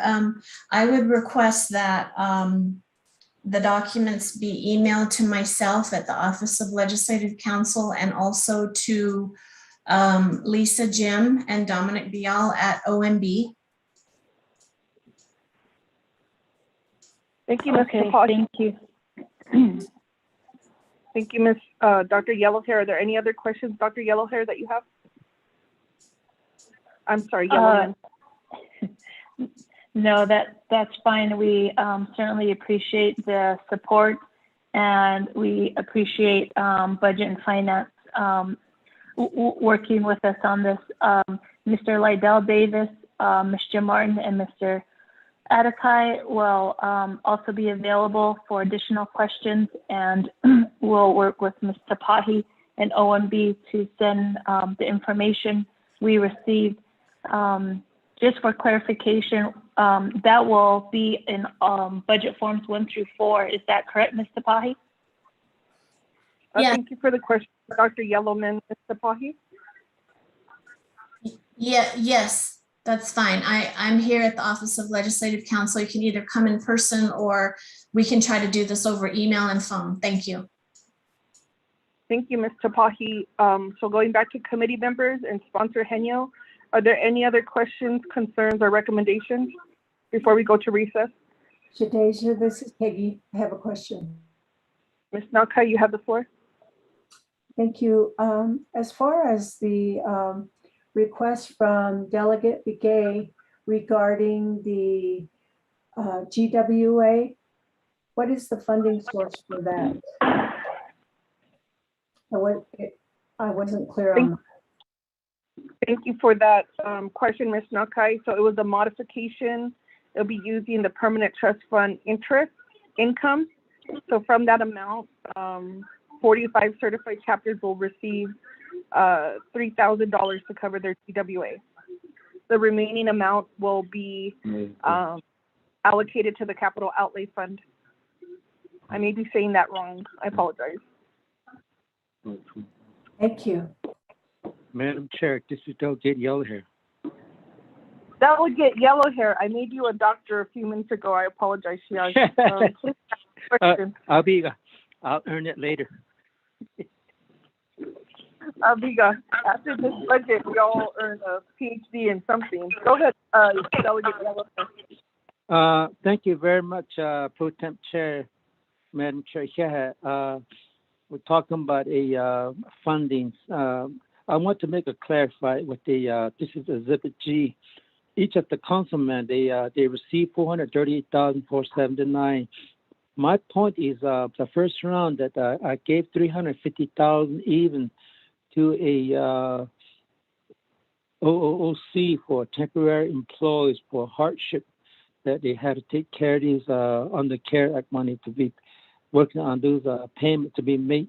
The remaining which have not received a CARE Act money, those are temporary positions and they're working on hardship. That is 350,000 even. The remaining balance I have is 88,479, and that for that I have a worksheet for 61,393, which is for Chinle Agency to get the unmet needs of the $500 for each of FY22 General Fund Planning Allocation, total chapter official stipend. I have that worksheet with me that a total is 61,393. When you subtract 61,393, there'll be a remaining balance of 27,086. This 27,086, I would like to help with the account number 107022 for a OOC account to give more money to a hardship temporary employees to give them that will help them to continue working on it. That's my my request. Shemayaja, Ada, 61,393, which will be a unmet needs for a starting pay for Chinle Central Agency to take care of their starting pay, and 27,086 will be allocated to a temporary employees for a to OOC. This is not in the amount is not within the Exhibit GG. That's my request. I have the worksheet for a stipend for all the Chinle Agency chapters, and I have the account number too, and also the object account number. I'd like to give this hard copy to Mr. Bial as soon as we take a break. Madam Chair, Shemaya, Pro Temp Chair, thank you very much for the floor. Yeah. Yes, thank you, Delegate Yellowhair. If it's not changing the amount, please provide that worksheet to Ms. Tapahi, and she could work on the revision of Exhibit G. And thank you for sending and providing that to OMB, as they'll be revising the Exhibit G for Legislative Council. So I'll ask Ms. Tapahi, do you have any questions or clarifications you need from Delegate Yellowhair in this request? Yes, thank you, Madam Chair. Just a point of clarification, I need OMB to do the revised Exhibit G. I don't have the capability of revising these exhibits. I'm just working on the language in the body of the legislation.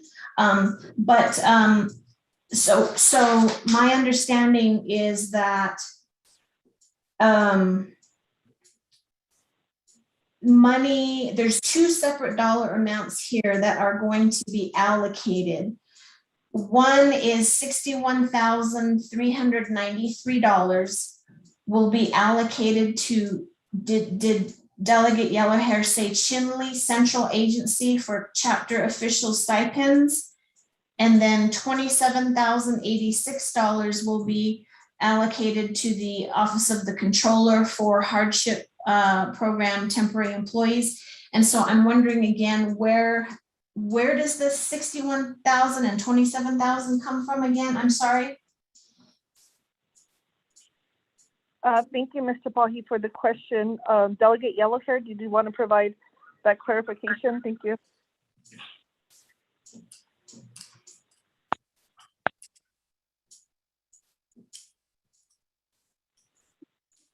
Hello, yeah, thank you, Shemaya, the Pro Temp Chair. Yeah, this money that we are splitting the money out of 438,479. That's where the money comes from. That out of that, like I said, 350,000 was already went to a OOC, and I have a remaining balance with the 88,479. And out of that, 61,393 will go to Chinle Central Agency for their stopping pay, and 27,086 will be going into a 27,086 will be going into a to a hardship OOC account.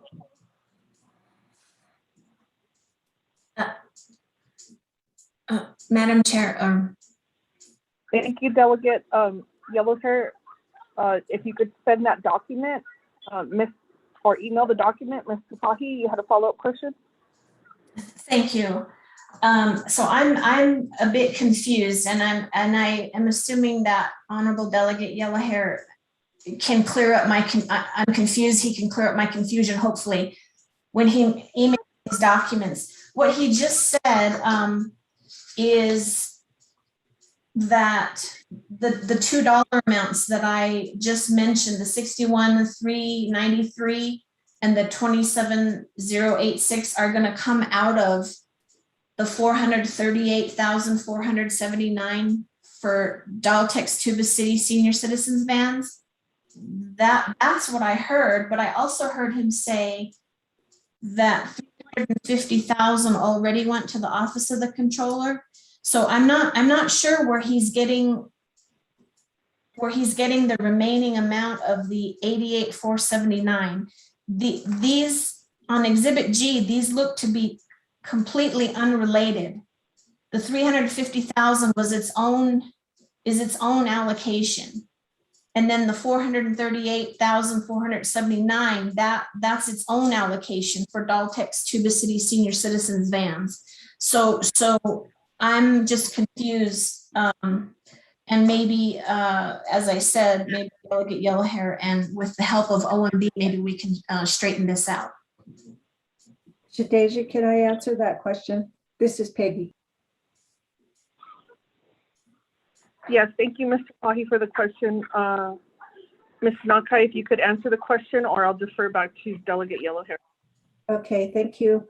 Laurleen, last Friday, we went through an exercise where the delegates, there was a remaining balance for the personnel lapse fund. And so each delegate was allocated $438,479 to determine where they wanted to, each delegate on the Budget and Finance Committee was allowed to use that money and allocate to unmet needs that they were aware of. And so that's how that figure, $438,479 came up. Now with Delegate Yellowhair, what he did is— Could I just interrupt really quick, Peggy? That 438,479. Sorry, Ms. Kapahi, this is a committee meeting, so unfortunately you're not allowed to interrupt. If you could let Ms. Nakai speak, and then I can go back to you if you have a clarified question. Thank you. Thank you, Ms. Nakai, please proceed. Okay, so Delegate Yellowhair is speaking to the amount that he was provided of $438,479. Of that amount, he took $350,000 to the unmet need that was identified by the Office of the Controller towards keeping the temporary workers on to complete the hardship assistance program. And so the remaining balance of that was 88,000, what was it? The total, anyway, and some odd dollars. And so out of that, he's saying 61,000 of that will go towards the Chinle Agency for chapter stipends. The remaining amount, $27,086, will go to the the unmet need identified by the Controller's Office for the Hardship Assistance Program. So that's what he's talking about. It's the funding sources from the Personnel Savings Lapse Fund. That was split 6 ways last Friday. Thank you, Ms. Nakai. Delegate Yellowhair, do you have any comments before I go back to Mr. Pahi?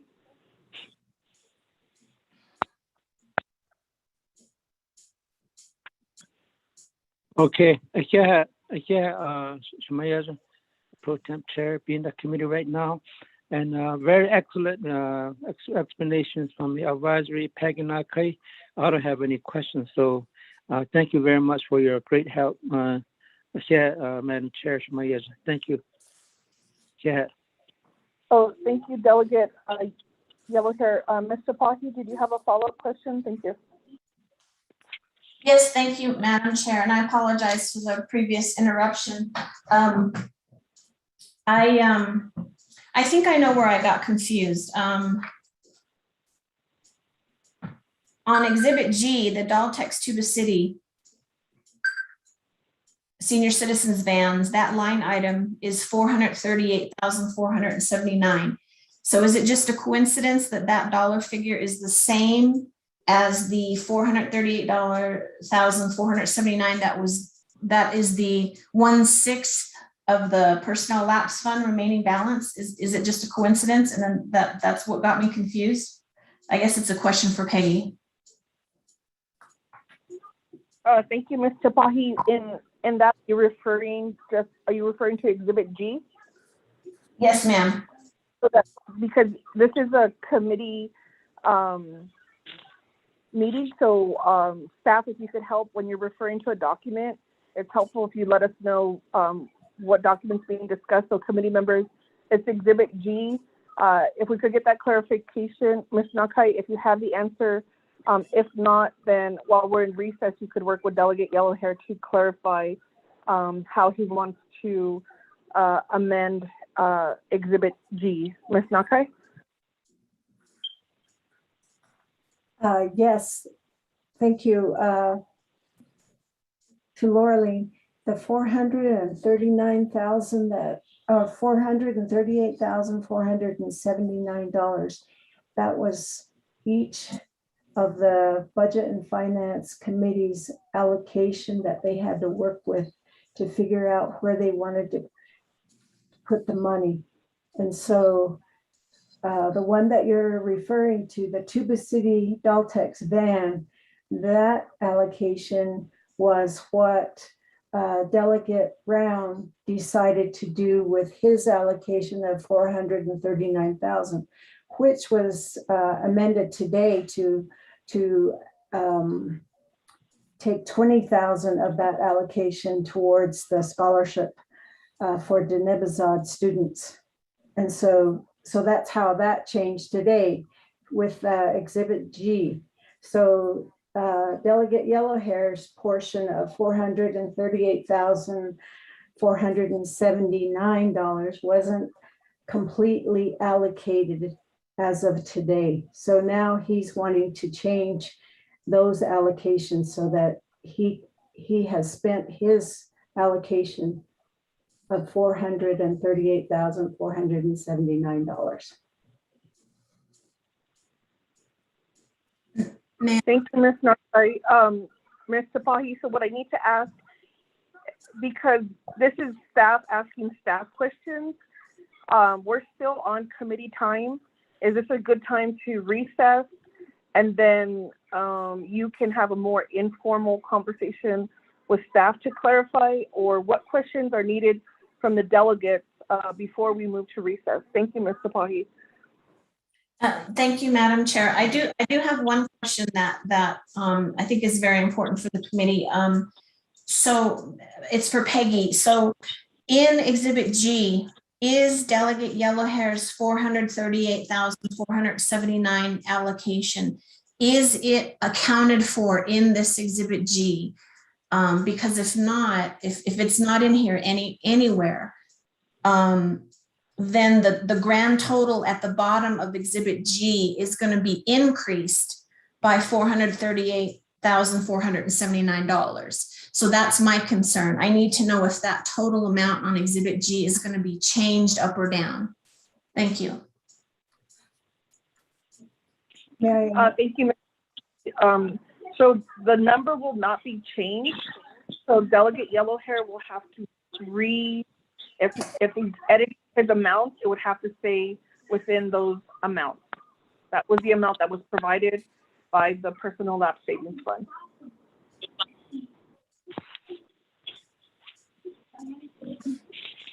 Madam Chair, this is Delegate Yellowhair.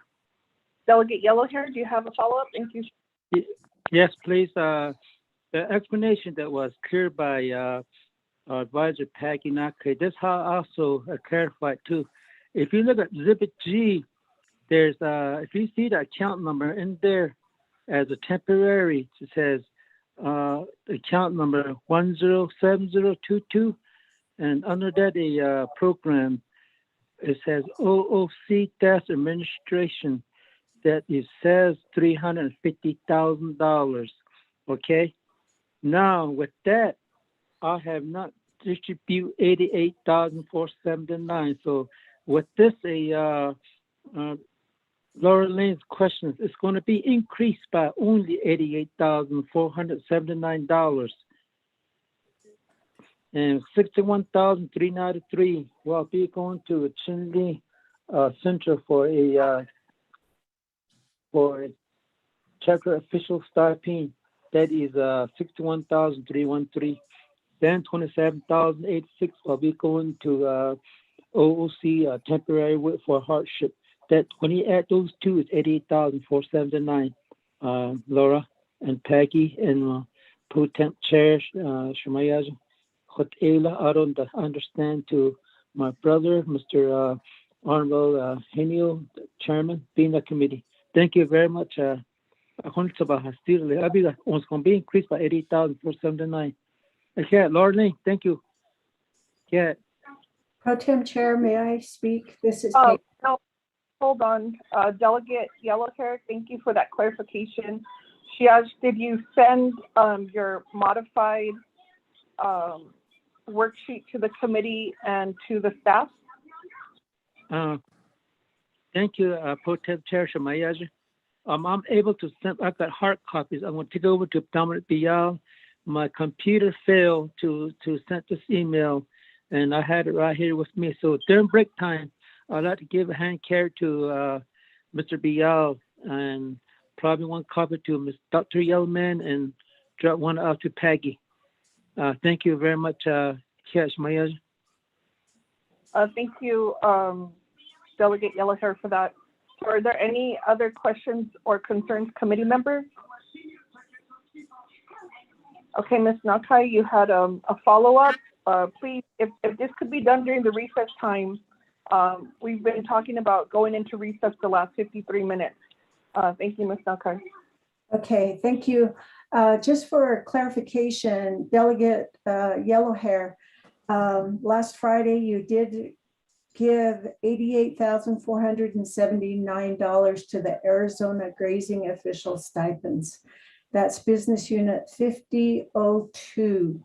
It says Grazing Officials Arizona only. So to my understanding, then today, what you want to do is you want to modify that to give $61,393 to the Chinle chapter for stipends, that agency, and then $27,086 to the OOC for their hardship assistance.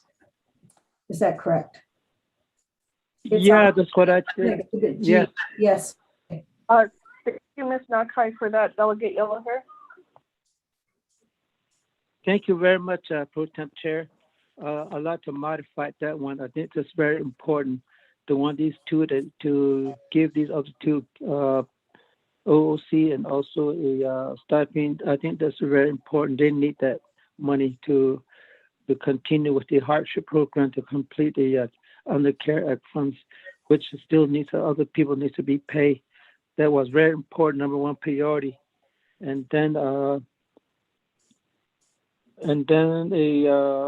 stipend paid to Chinle Central Agency underfunding. I think it's very important to me. It's therefore I modify. I'm sorry that there is 88,000 that I already gave it to Chris. I would like to pull that back out, and there should be no increase. I'm sorry, Laura Lane, and also Pro Temp Chair and Advisory. Thank you very much. I would like to modify that one to delete a payment to grazing officials to 88,000, which I announced last week. I'd like to modify it. These are going to be the new figures, the one I just read here. Pro Temp Chair and Advisory, and also my brother Chairman Henio. Thank you, Delegate Yellowhair. So committee members or Chairman Henio, any comments or questions before we move to the recess?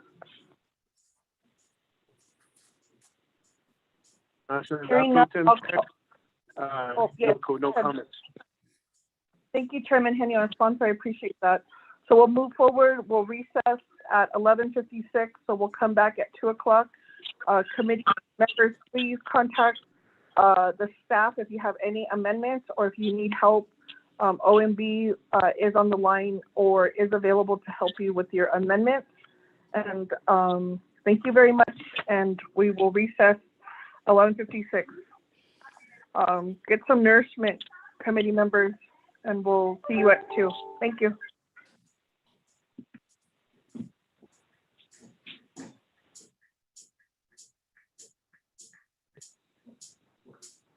Are we still on? We're still on tonight, but we're going to be on recess till 2 p.m. Oh, okay. Okay, no. But I just sent out email again. Okay. Today.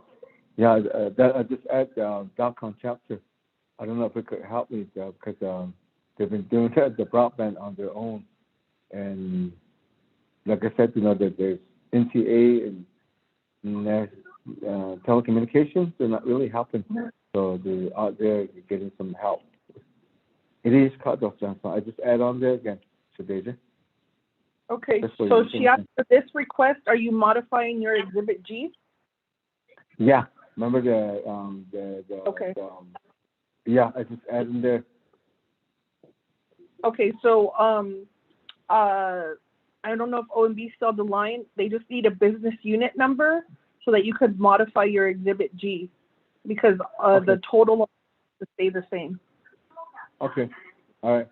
I'll just go ahead and. All right. I'll provide the business unit again then. Hagushin. Okay.